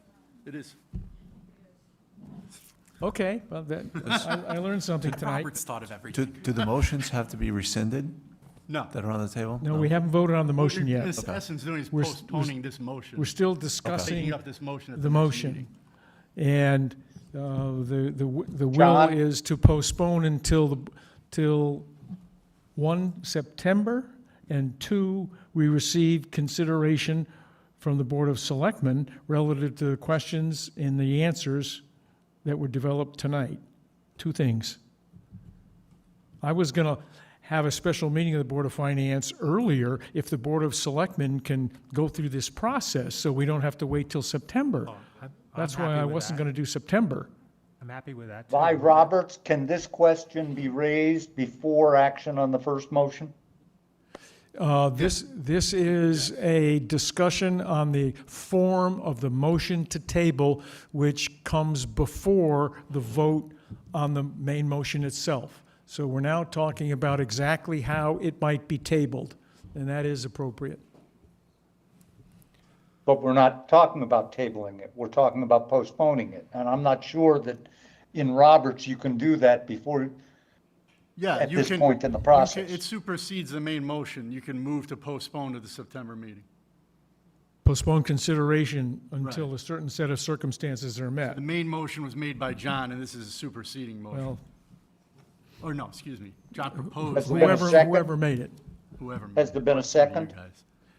So I think we have a motion made and seconded to postpone until we receive information from the Board of Selectmen, period. September meeting at the Sep- No, No? no, just, As Well, soon that's as different. possible. That's postponed indefinitely then. That's Either- why, If you postpone, you either have to set a date when you will take it up again, or Well, you that's why I postpone was- it indefinitely. well, that's why I was going to table it until we Table get, means later the same meeting. Can you say no later than September? okay, we'll look it up. We'll look it up. They just not take action. I was going to say, how about you say, but Dan says no later than the September meeting. Can we word it as no later than September, this way you could No have a later special than the- meeting? Okay, we will postpone consideration until we receive responses, a recommendation from the Board of Selectmen based on the questions and answers today, and no later than our September meeting. You're happy with that? The people who are making the motion? Yes. Yes. Okay, so we now have a motion to postpone. And as, I know tabling a motion is not debatable, believe it or not. So I imagine postpone is not debatable also. Don't ask me why, those are the rules. You can't, He says it is, but It is, it requires a majority, but, I mean, I think everyone. Roberts. okay, we have a motion to postpone. All those in favor of the motion to postpone, please say aye. Aye. Aye. Wow. Opposed? Abstaining? Aye. Whoops. Jack is a single no on the motion to postpone. is he? Okay, the motion to postpone passes. We will wait for information, the minutes, and the Board of Selectmen's reconsideration. We now need to keep going on with the Quick rest. clarification, there's some discussion. Jack, how did you intend to vote on that? We didn't have a vote. No, we had a vote to postpone. The Did you? vote was only on the Right. motion to Were you, postpone. were you in favor of that? I or- wanted to vote on the motion. Oh, okay, so you were in, you Oh, were nay. you were not voting on the motion. We were voting on the motion to postpone. I understand that, and I didn't want to postpone it. Oh, I wanted to fine. have a vote. And you said no. Okay, that's fine. He doesn't want to We postpone. weren't sure if there was a lag in the technology, Okay. and if, Let's go on. We have some more items on the agenda. Tax Relief Abatement Group. Next items will be much quicker, I promise. So Tax Relief Abatement Group, we met this week. Jerry, we asked for who would lead the team, and everyone stepped back, and Jerry was standing there. So Jerry is our leader for the tax abatement team. It's made up of myself, John, Jerry, Jason Van Stone, Darcel. Darcel Peters, who's our assessor, and Wendy Bernard. So we are looking at, first of all, for veterans tax relief based upon the new state statutes that have come our way, and then looking really at it as tax relief as a whole for seniors. You know, the PA 490 is going to come into play again, and all other areas of tax relief that are there. So we're going to add this as an item to the end of our Board of Finance meeting, and Jerry will give a report when we have one. Okay, it's in the works. Internal audit. Similar with the internal audit, we met with our new internal audit company today, firm, and they are putting together, they sent out a list of things that they need from us. The finance office is putting it all together for them. They also have a list of people that they want to interview, because we're going to put a kind of a risk assessment of where our material weaknesses might be, and then really focus on those areas as we move forward. First Selectman's report. Tim, reconstruction of parking lot at Yeah, Settlers Park. you're kind of So Yeah, so we met, Jack Kelly, myself, two Public Works, Matt Ternowski and Tom Farley and Dan. We are considering redoing the parking lot at Settlers. I don't know if anybody's been over there, but it's in rough shape. If somebody could mute their mic, that would be appreciated because there's a lot of feedback. And if anybody's been over there, it's just a mud pit most of the year. There really hasn't been much gravel added to it. Public Works did a couple test pits in the parking lot itself. And there's about 16 inches of sediment that is built up, which is really causing the issue. So Matt put together some figures, and to do it right, to do the north parking lot and the southern parking lot together would be about $800,000. And that's to dig out all the sediment there and put in material to make it better. So it's not a mud pit. Cars aren't getting stuck, and we don't have all of the potholes over there. I was hoping to get it paved, but on the recommendation of some other members, we just really want to put down a base of about 18 inches of gravel. I don't know if Jack wants to add anything to it. I gotta find my mute button. That number's a little higher than I remembered, Tim, but maybe, I'm not sure whether we had a number when we were talking about it for the north and the south parking lots. Yeah, well, the north was about 400,000, and then the discussion continued on if we're gonna do it, we may as well do all the parking lots.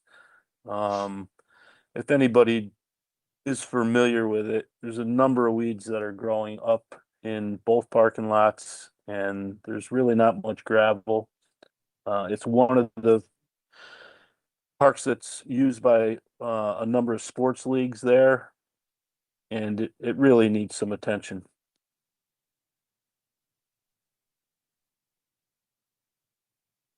So, So I believe that, So, I believe- so the bigger number reflected a bigger scope of all of the parking lots in Settlers. yes.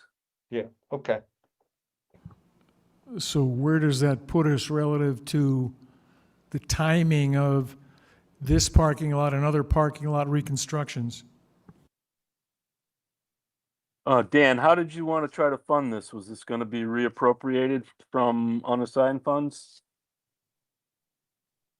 Sorry, Tim, I actually had to step out for 1 second. Yes, so for us to fund this project, this wasn't in the road budget, and when we met, I asked Matt if there was any other areas in the road budget that we could move things around, and there was no. In his estimation, there was no other area to move it, so we will fund it from the unassigned fund balance. And how much is the funding?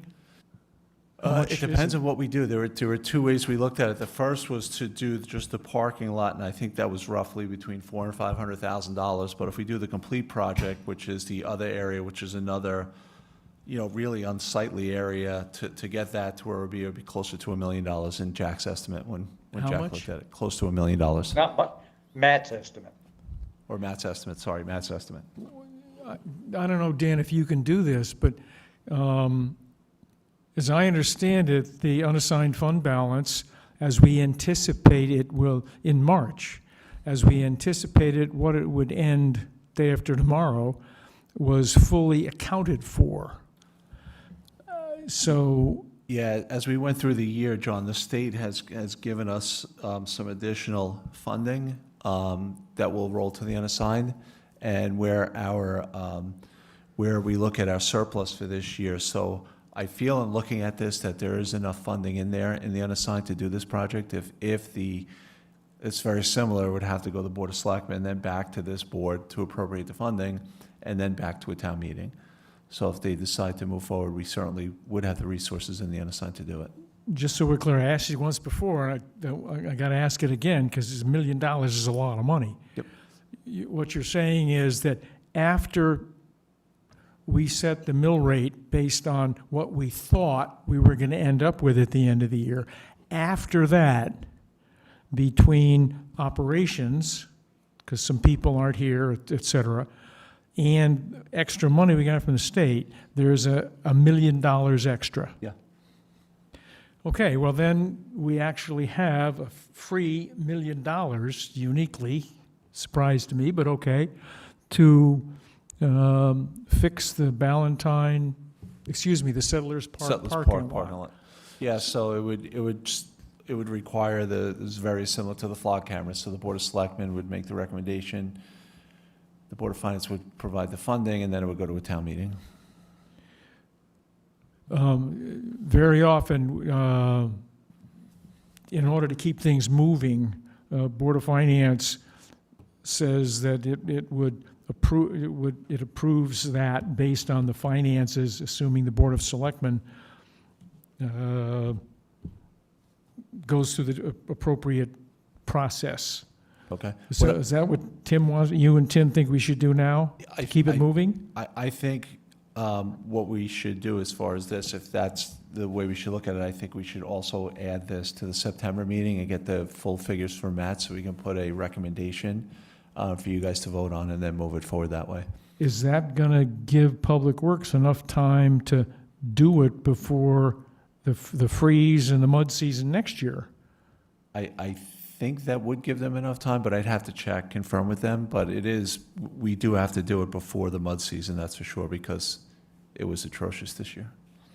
I think there is a question about the capacity of Public Works to do it this year, this calendar year. So we ought to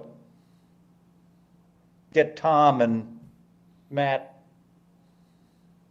as part of this conversation. Yeah, I agree, Yeah, Jack. I can have them give a presentation to the Board of Selectmen.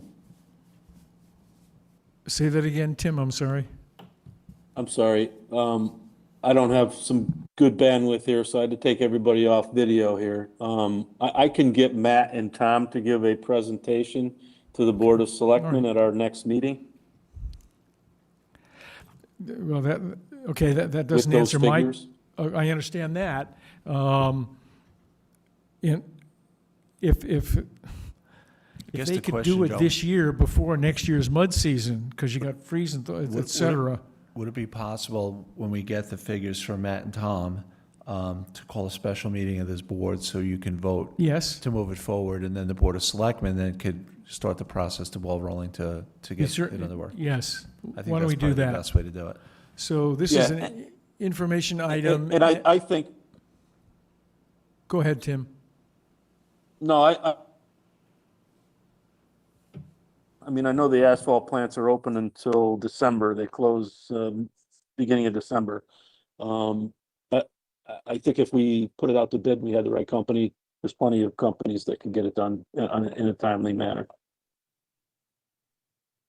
Okay, so the Board of Finance should expect a special meeting sometime in probably July to appropriate somewhere around $1 million from the unassigned fund, and knowing that there is that money there in addition to what we have previously thought.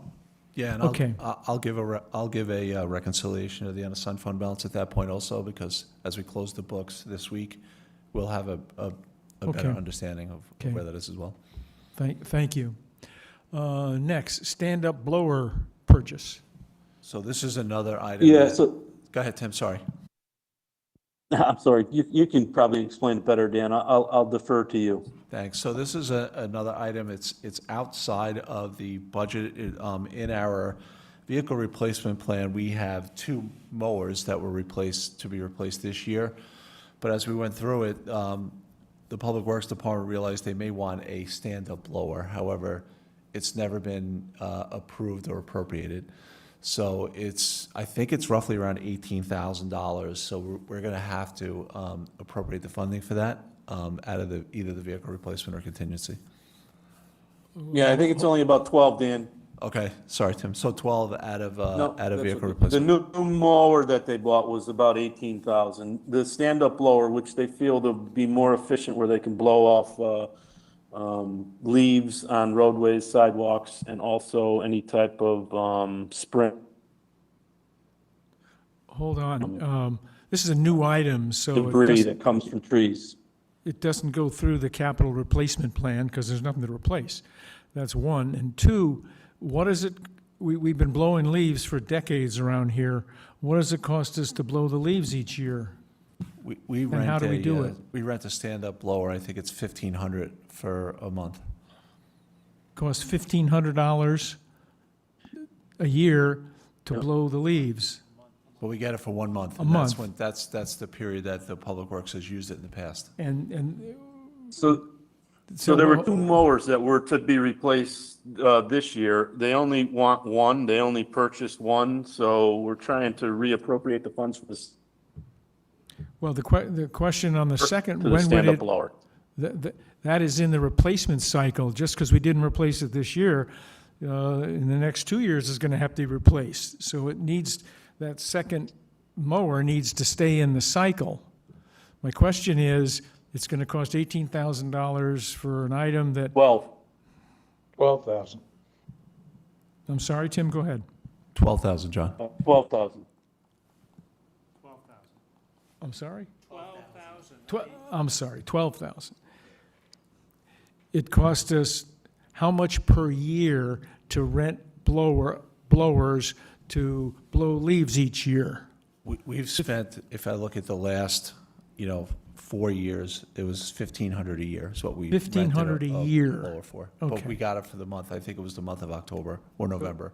We want to replace a $1,500 a year expense with a $12,000 one-time. Well, they would use it more than the month of, Well, they wouldn't need to if in the they've been blowing springtime the also leaves. for, Tim, if they've been blowing the leaves for decades for a cost of $1,500 a year, that is what's 15 into 1,200? with use for just 1 month. But if they had the blower, they'd be using it in October, March, April, for any type of, spring debris that comes down,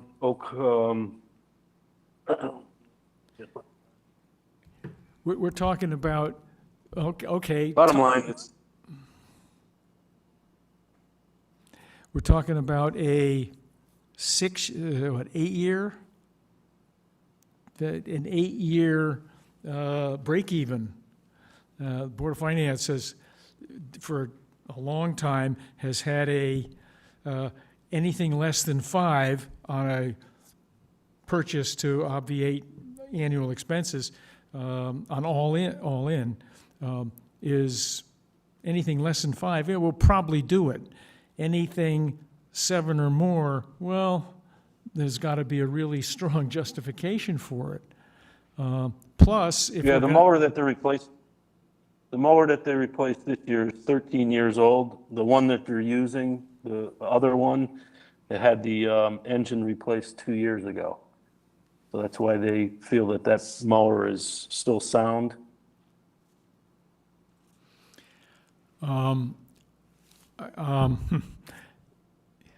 The replacement of the second mower, which had a mower replaced, is going to have to be replaced yet again, according to the 20-year replacement plan, and that still needs to be in the plan, though it is deferred for X number of years. Yeah, So that's still, Tim, we're not freeing up money for that. That is just postponed.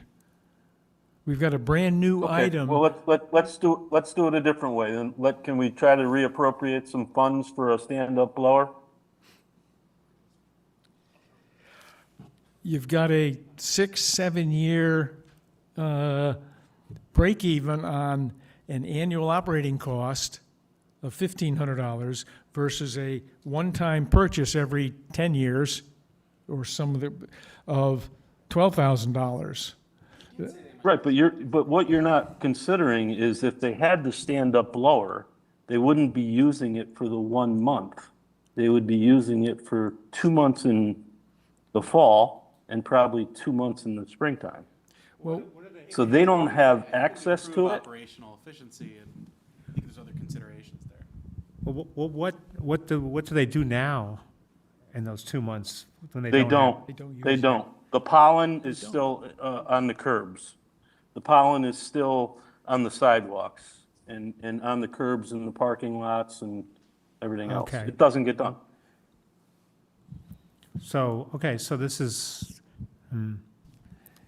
Hey, Tim, you think it would be a good idea to have outside properties come and talk about this to the board so they have an idea of the importance of getting it? We could I do don't know, whatever but you'd like. They've asked me to, they felt they would be more efficient if they had the stand-up blower and not to replace what both about- the mowers. They wanted one mower and they wanted the stand-up blower. but what about like, is there some sort of chump change kind of thing in here? I mean, I guess the thing it probably should have just done it in the budget. Would have been better. yeah. Yeah, so can we just wait till the budget, next year's budget, and do it? Because otherwise, it's kind of like, I mean, it does seem like chump change, but, The process is important. yeah. I'd also question, wasn't the state of Connecticut recently trying to ban gas-powered blowers, and wouldn't that impact our public works as well if they're doing it for homeowners? I mean, it was defeated in the last session, but I might come up again. I don't know. Yeah, I think they were referring to the ones that you wear on your backpack, on your back, backpack blowers. And they were trying to go with battery-operated weed whackers and blowers that you put on your backpack, not something this large. Because it's basically the size of a mower. It's about 30 horsepower.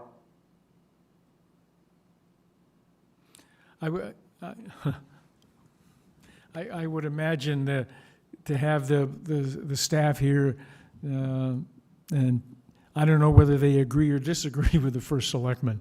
They'd probably be loath to disagree with him relative to what. I'm coming how for you he would because like that's to what do they it. asked me to do. Well, and we're gonna spend more time, we're gonna spend more money on people's time on this than the thing is worth. That's my kind of basic, like, it's like, if we fool around a lot with, time is money with bringing staff here and doing just, but I still don't understand why don't we, is it that important that we just can't put it out into the next budget? I can't get over the break even, the 6-7 years.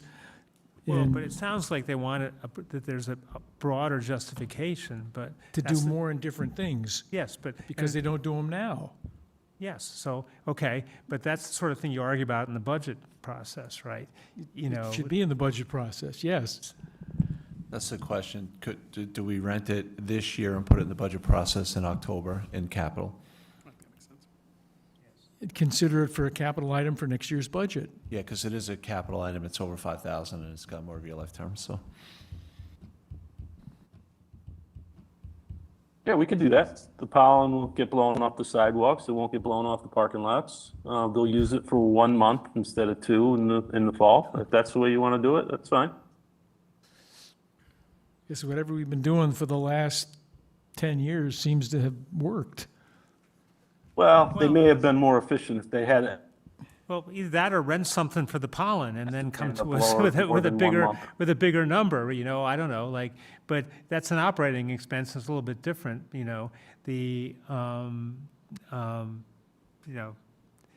so, but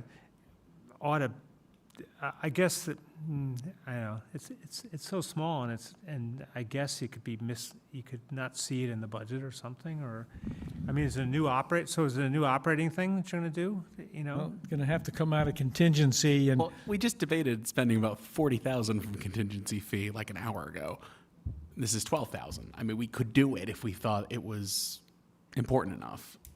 But I think similarly, I happen to agree. I think I would say do the blowing as regular, and then maybe rent one in the spring for the pollen and see what difference it makes, and then that helps just go through the regular budget process is how I agree with you, John. Well, it looks like the will of the board is to wait for the budget process. Okay. Will undoubtedly, Tim, see this as an item in the capital request in next year's budget. Yeah, I apologize, I'm not there tonight. I had all intentions of being there. It's kind of difficult. I'm breaking up. My bandwidth isn't that great, like I said, and I had to take everybody off video because I lost you guys about 3 or 4 times tonight. So hopefully I'll be there next time. Appreciate you Okay. being here, and anyway, thanks. Ken. So we'll expect to see that as a capital item in next year's budget, and we'll deal with it then using the same discussion and rationale about money and time and quality of service, et cetera, et cetera. And at that point, we'll get Next, to- IBAN results. Dan? So we went out to a market this week, actually. Tim and I were waiting while they went out on the street to bid on. We had 3 bidders. The winning bidder was Hilltop Securities that came in at a all-in interest rate of 2.8, so a little bit better than what we did last year. And this is for a one-year IBAN. So what we did, we rolled last year's IBAN into another year. And then after this year, we'll figure out if we want to roll it into a full note or not, or if we just want to pay it off. But we have a whole schedule on, and I can send it to all the members that have not received it yet, on how this is being utilized to more for resiliency for the storm damage and clean up for the remaining items that are still out there for the August storm of 2019. So we did good. We did good, yeah. Good. Yeah, we did good. Having AAA rating secured us a pretty good number, yeah. And we'll address it again next year, same time, when it comes up again. Yep. And did the AAA rating make a big difference or not? You know, in reality, if you look at it from a interest standpoint, it's less than 0.5%, but it's still, as we get bidders, you get more bidders that look at a AAA rating than you would at a AA2 or a AA1. So that's where you get the benefit of it. Okay, great.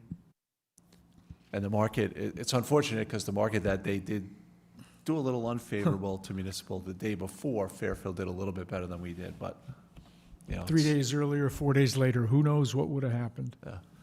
Okay, employee tip line. So this board voted many, many years ago to establish an employee tip line as part of the audit. It was a recommendation of our auditors to put it in. We do have one.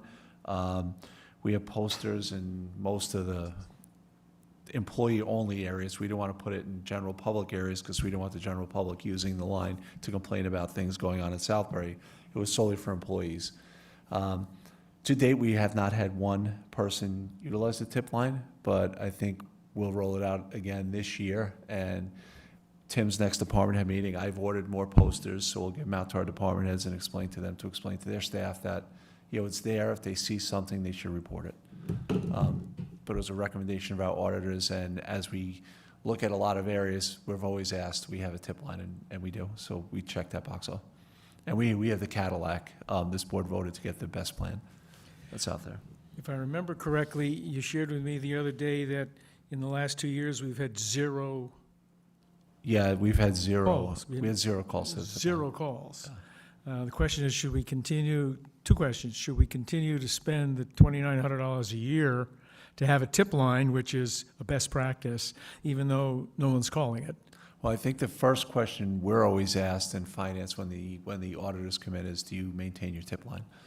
So, yeah, so it is something that they do, and they'll put in their report if we don't. It's viewed as my best practice to have it. Yeah. So, okay. Could we offer like a $5 Starbucks gift card for a people use successful it. tip Yeah, that leads to an actionable item? I don't Because know I if feel it- like this is like a Crime Stoppers thing. People need to get their beaks wet. Hopefully, it's really good that no one is reporting anything that is not correct, but Years ago, when we first put this in, we talked about a quarterly stuffer in the pay stub.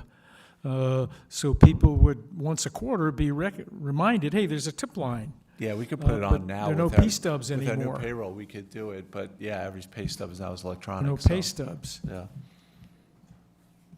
But we do I've ordered more posters, so when Tim has his next department head meeting, I think it's next week, I'll give them out to the department heads again, just to reiterate that we have it and let their It staff offends know. my sensibilities that we're checking a box, spending $2,900 just to say we do something. We know no one's ever going to call because no one remembers, et cetera. And that is less than chump change, but still, it's the, Well, the thing, it is, but at the same time, the one time you need it in 10 years, it is the time when it's most, it'll pay big Yeah, that's dividends. what, that, from my standpoint, in my role here, I would hope that if I was doing something, that people, member of my staff or members of town hall would call the tip line.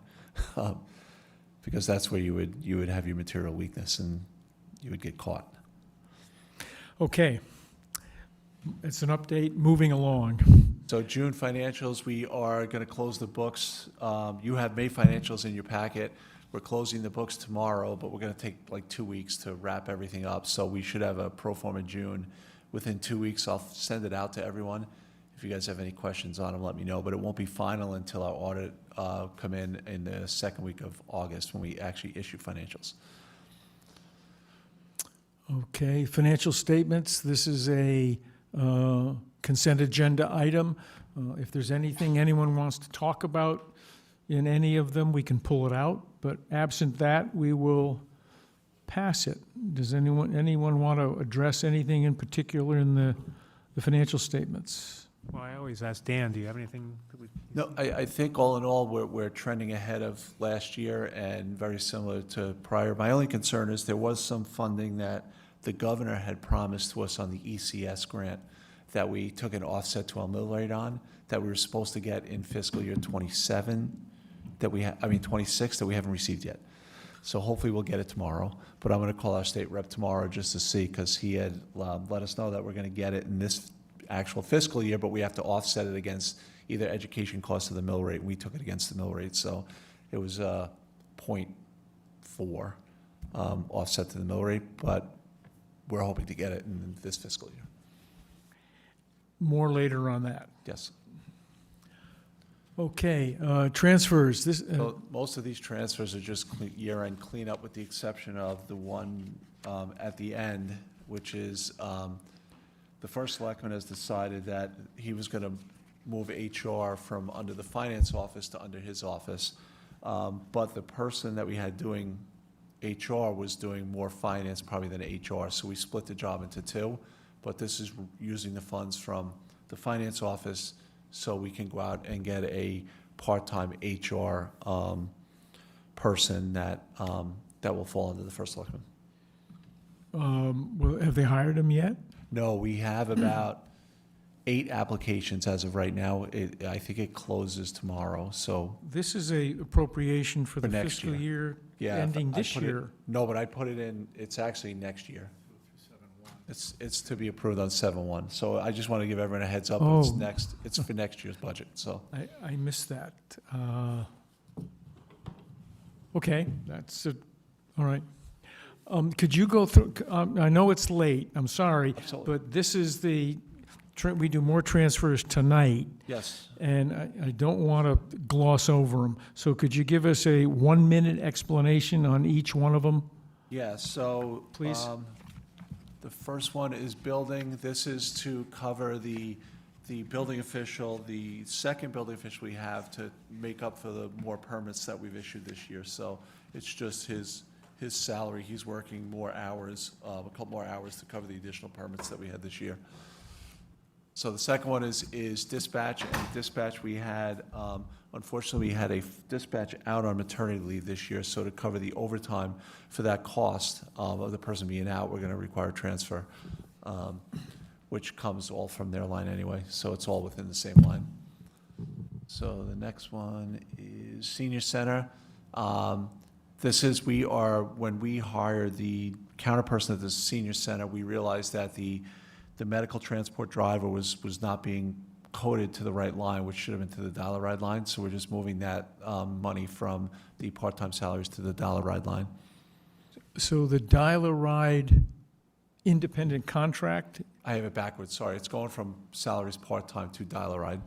Dollar ride is a line in our budget, John, that it's Going for medical from transport. salaries It's going part- from salaries. I actually flipped That's it, sorry. that's incorrect. Yeah, that's incorrect. So Okay. it should be the other way. Okay, well, when we approve it, it's subject to that I correction. will correct it. All right. And then transfer station, we had an unfortunate event that the person that was supervising our transfer station passed away in December. So to make up for that spot, we had to utilize a lot of our part-time help coming in. So this is just to make up for that spot. Okay. And then the tax office is just the refunds. Every year at the end, we always have more refunds than we budget for, but it is offset with the revenue because it's over income and revenue. So this is just the difference in there. Dan, those refunds go into the general fund, and in the past, when they've been significant, we've made the transfer from the general fund, not contingency, to We keep can- contingency clean for operations. We can do that either way. It's just, we could utilize it from the revenue that came in. We could short the revenue and put it into the refund line, just to offset it. But just to keep the revenues and expenditures separate, I felt it was easier just to move it from contingency. We haven't utilized contingency at all this year, so. Okay, leave it the way it is. And IT, This is, we knew coming in this year that our telephones have been under budgeted for probably the last 3 years, but last year when we went into budget, we had anticipated that there would be a credit on one of our main telephone lines. Well, that credit never materialized. So because of that, we had to end up paying more for the telephones coming over year. And next year, we have the right budget in there because we went through every telephone and it's budgeted properly, but it hasn't been for the last 2 or 3 years. so next year's budget is Next year's budget is okay. correct. Yeah, This it's just year's fixing this year's because we had a large credit we were anticipating that we Under never budgeted. received. Okay, thank you. And this is the elections to cover early voting. This is just we're moving from their operating elections to the salary, department head salary part-time. It's the hours that were required additional for the early voting, to have early voting. Okay, And the last one is just the next year's HR transfer from the finance office to the selectman's office. okay, do any of these need to go to a town meeting? No, Really, the Yeah. 70,000 doesn't? I thought that. the 70,000 may, yeah, let me call the town attorney on that. The other ones don't because they're mostly salaries, but the 70,000 might, because we are moving from one department to the other. You're correct, John, we probably will. I'll call the town attorney before we approve this one, I'll find out. Okay, Steve? Dan, so you said, you mentioned a moment ago that the person was doing kind of more finance than HR, so you split it. So it's now 2 part-time? We have 2 part-time roles, yeah. We actually we have a job posted for a part-time finance person as well, and then a part-time HR person. So you're not keeping the full-time No, finance? and we're then- not. We split it into 2. So the part-time finance and the part-time HR. The part-time finance is going to be at a much lower rate than the HR person. So the funding that was in there for the HR will cover both pieces of this role that we split. So this is you mentioned before, this is a restructuring, this is permanent, right? It's a restructuring, yes. So why wasn't this done through the budget process? I think what happened was when the first selectman got elected, the budget was already in. It was December 1st, and then by the time he went through what he Figured it wanted out, to do, he came up with the decision to move it from under finance to under the first selectman's office. And the finance person left She got another opportunity when, with in another April? municipality. April. we didn't know that this was probably going to happen until after the budget was done. Because we had the person doing the work in the finance office, and then they quit. And now they, you Well, gotta- yeah, so I guess then going why forward, then the this is going to timing. change the salary baseline for the 2 departments for the upcoming. Yeah, this will increase the selectman's salary and decrease the finance Right. salary line. Okay, thank you. That's it. Okay, why don't we,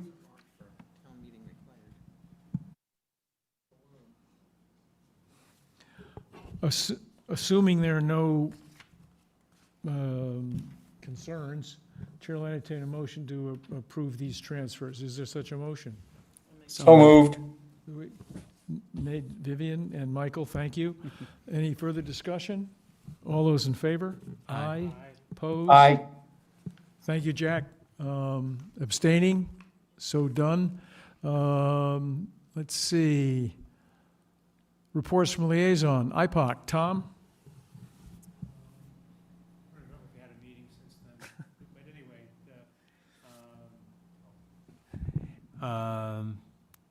With the end of May results, where the pension is up about 15, I think it's 15.7.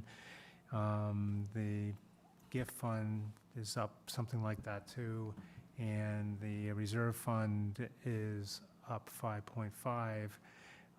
So hopefully, knock on wood, we've got, well, today's the end. So, we're going to come in at the end of the year with some pretty good results.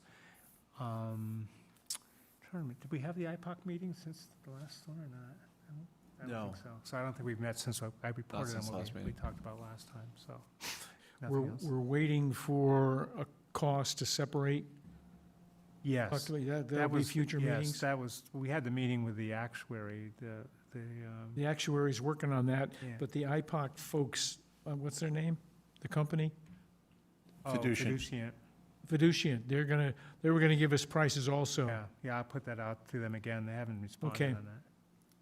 Thank you. Janet, Board of Ed. Still keeping an eye out for any mention of an internal audit review, and I haven't found any. I keep reviewing the agendas to see if there's anything in their finance and facilities or Board of Ed agendas. The Board of Ed did meet on June 8th and approved a 3-year PAEP contract. That's for their non-certified staff, as, quote, as presented in executive session. So there were no numbers in the motion. That was kind of interesting. Also, in that same executive session, they had a discussion regarding the new contract for Superintendent Smith, and the board had their attorney there, which is atypical for those discussions typically. And the minutes stated that the board would support a new 3-year contract, quote, based on terms and conditions discussed in executive session. I know that they have to send both of these contracts to the town, and I'm assuming the town would put them on their website. But these were the details, or lack of details, in their minutes about these two contracts. So I'll be interested to see what they say. Thank you. Insurance Working Group, no report. Roads, Jack, you still there? I'm here.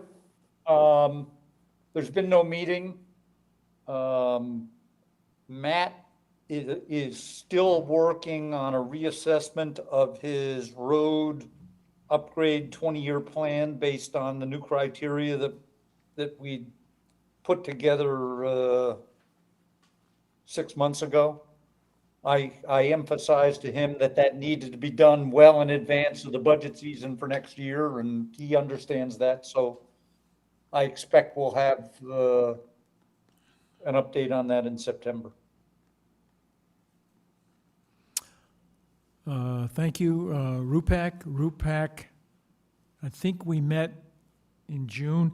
They made they're working on finalizing a recommendation relative to what I know as the short property on Poverty Road and Route 67. But that still is an open issue. A recommendation to the Board of Selectmen about what to do with it. So there's been no recommendation yet.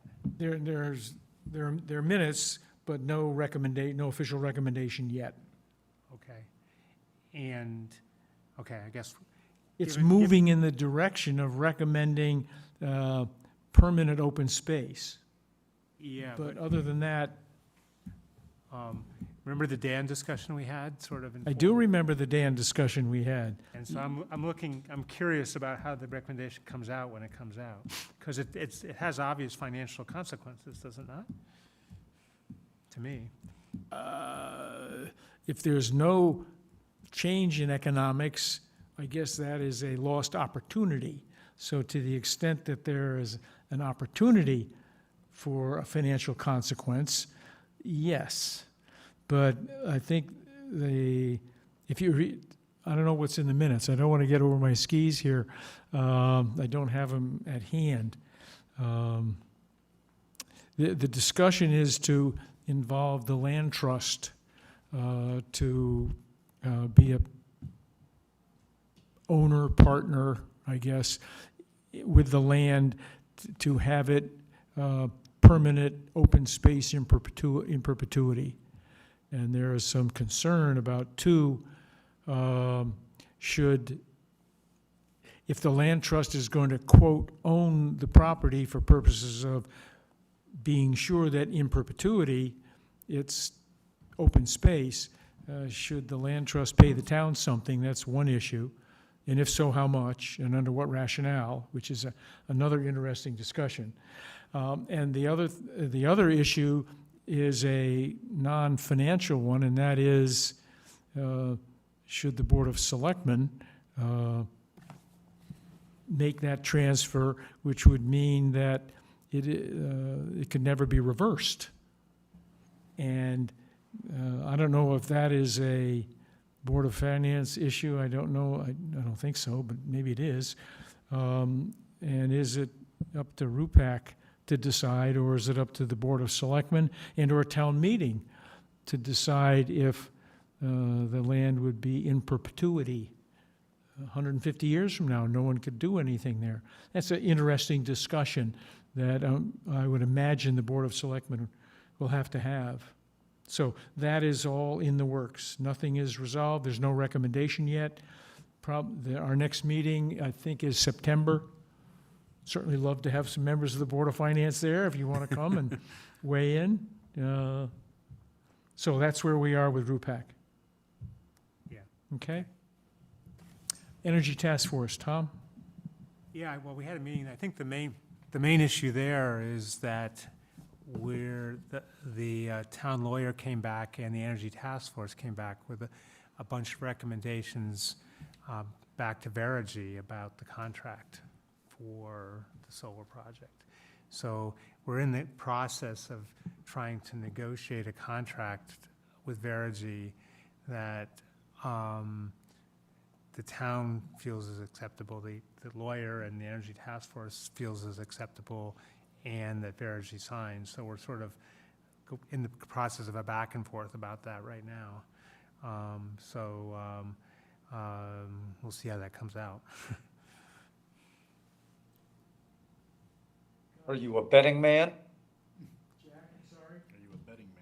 Oh, betting, I don't know. It's 10 o'clock. We reached the end of the agenda.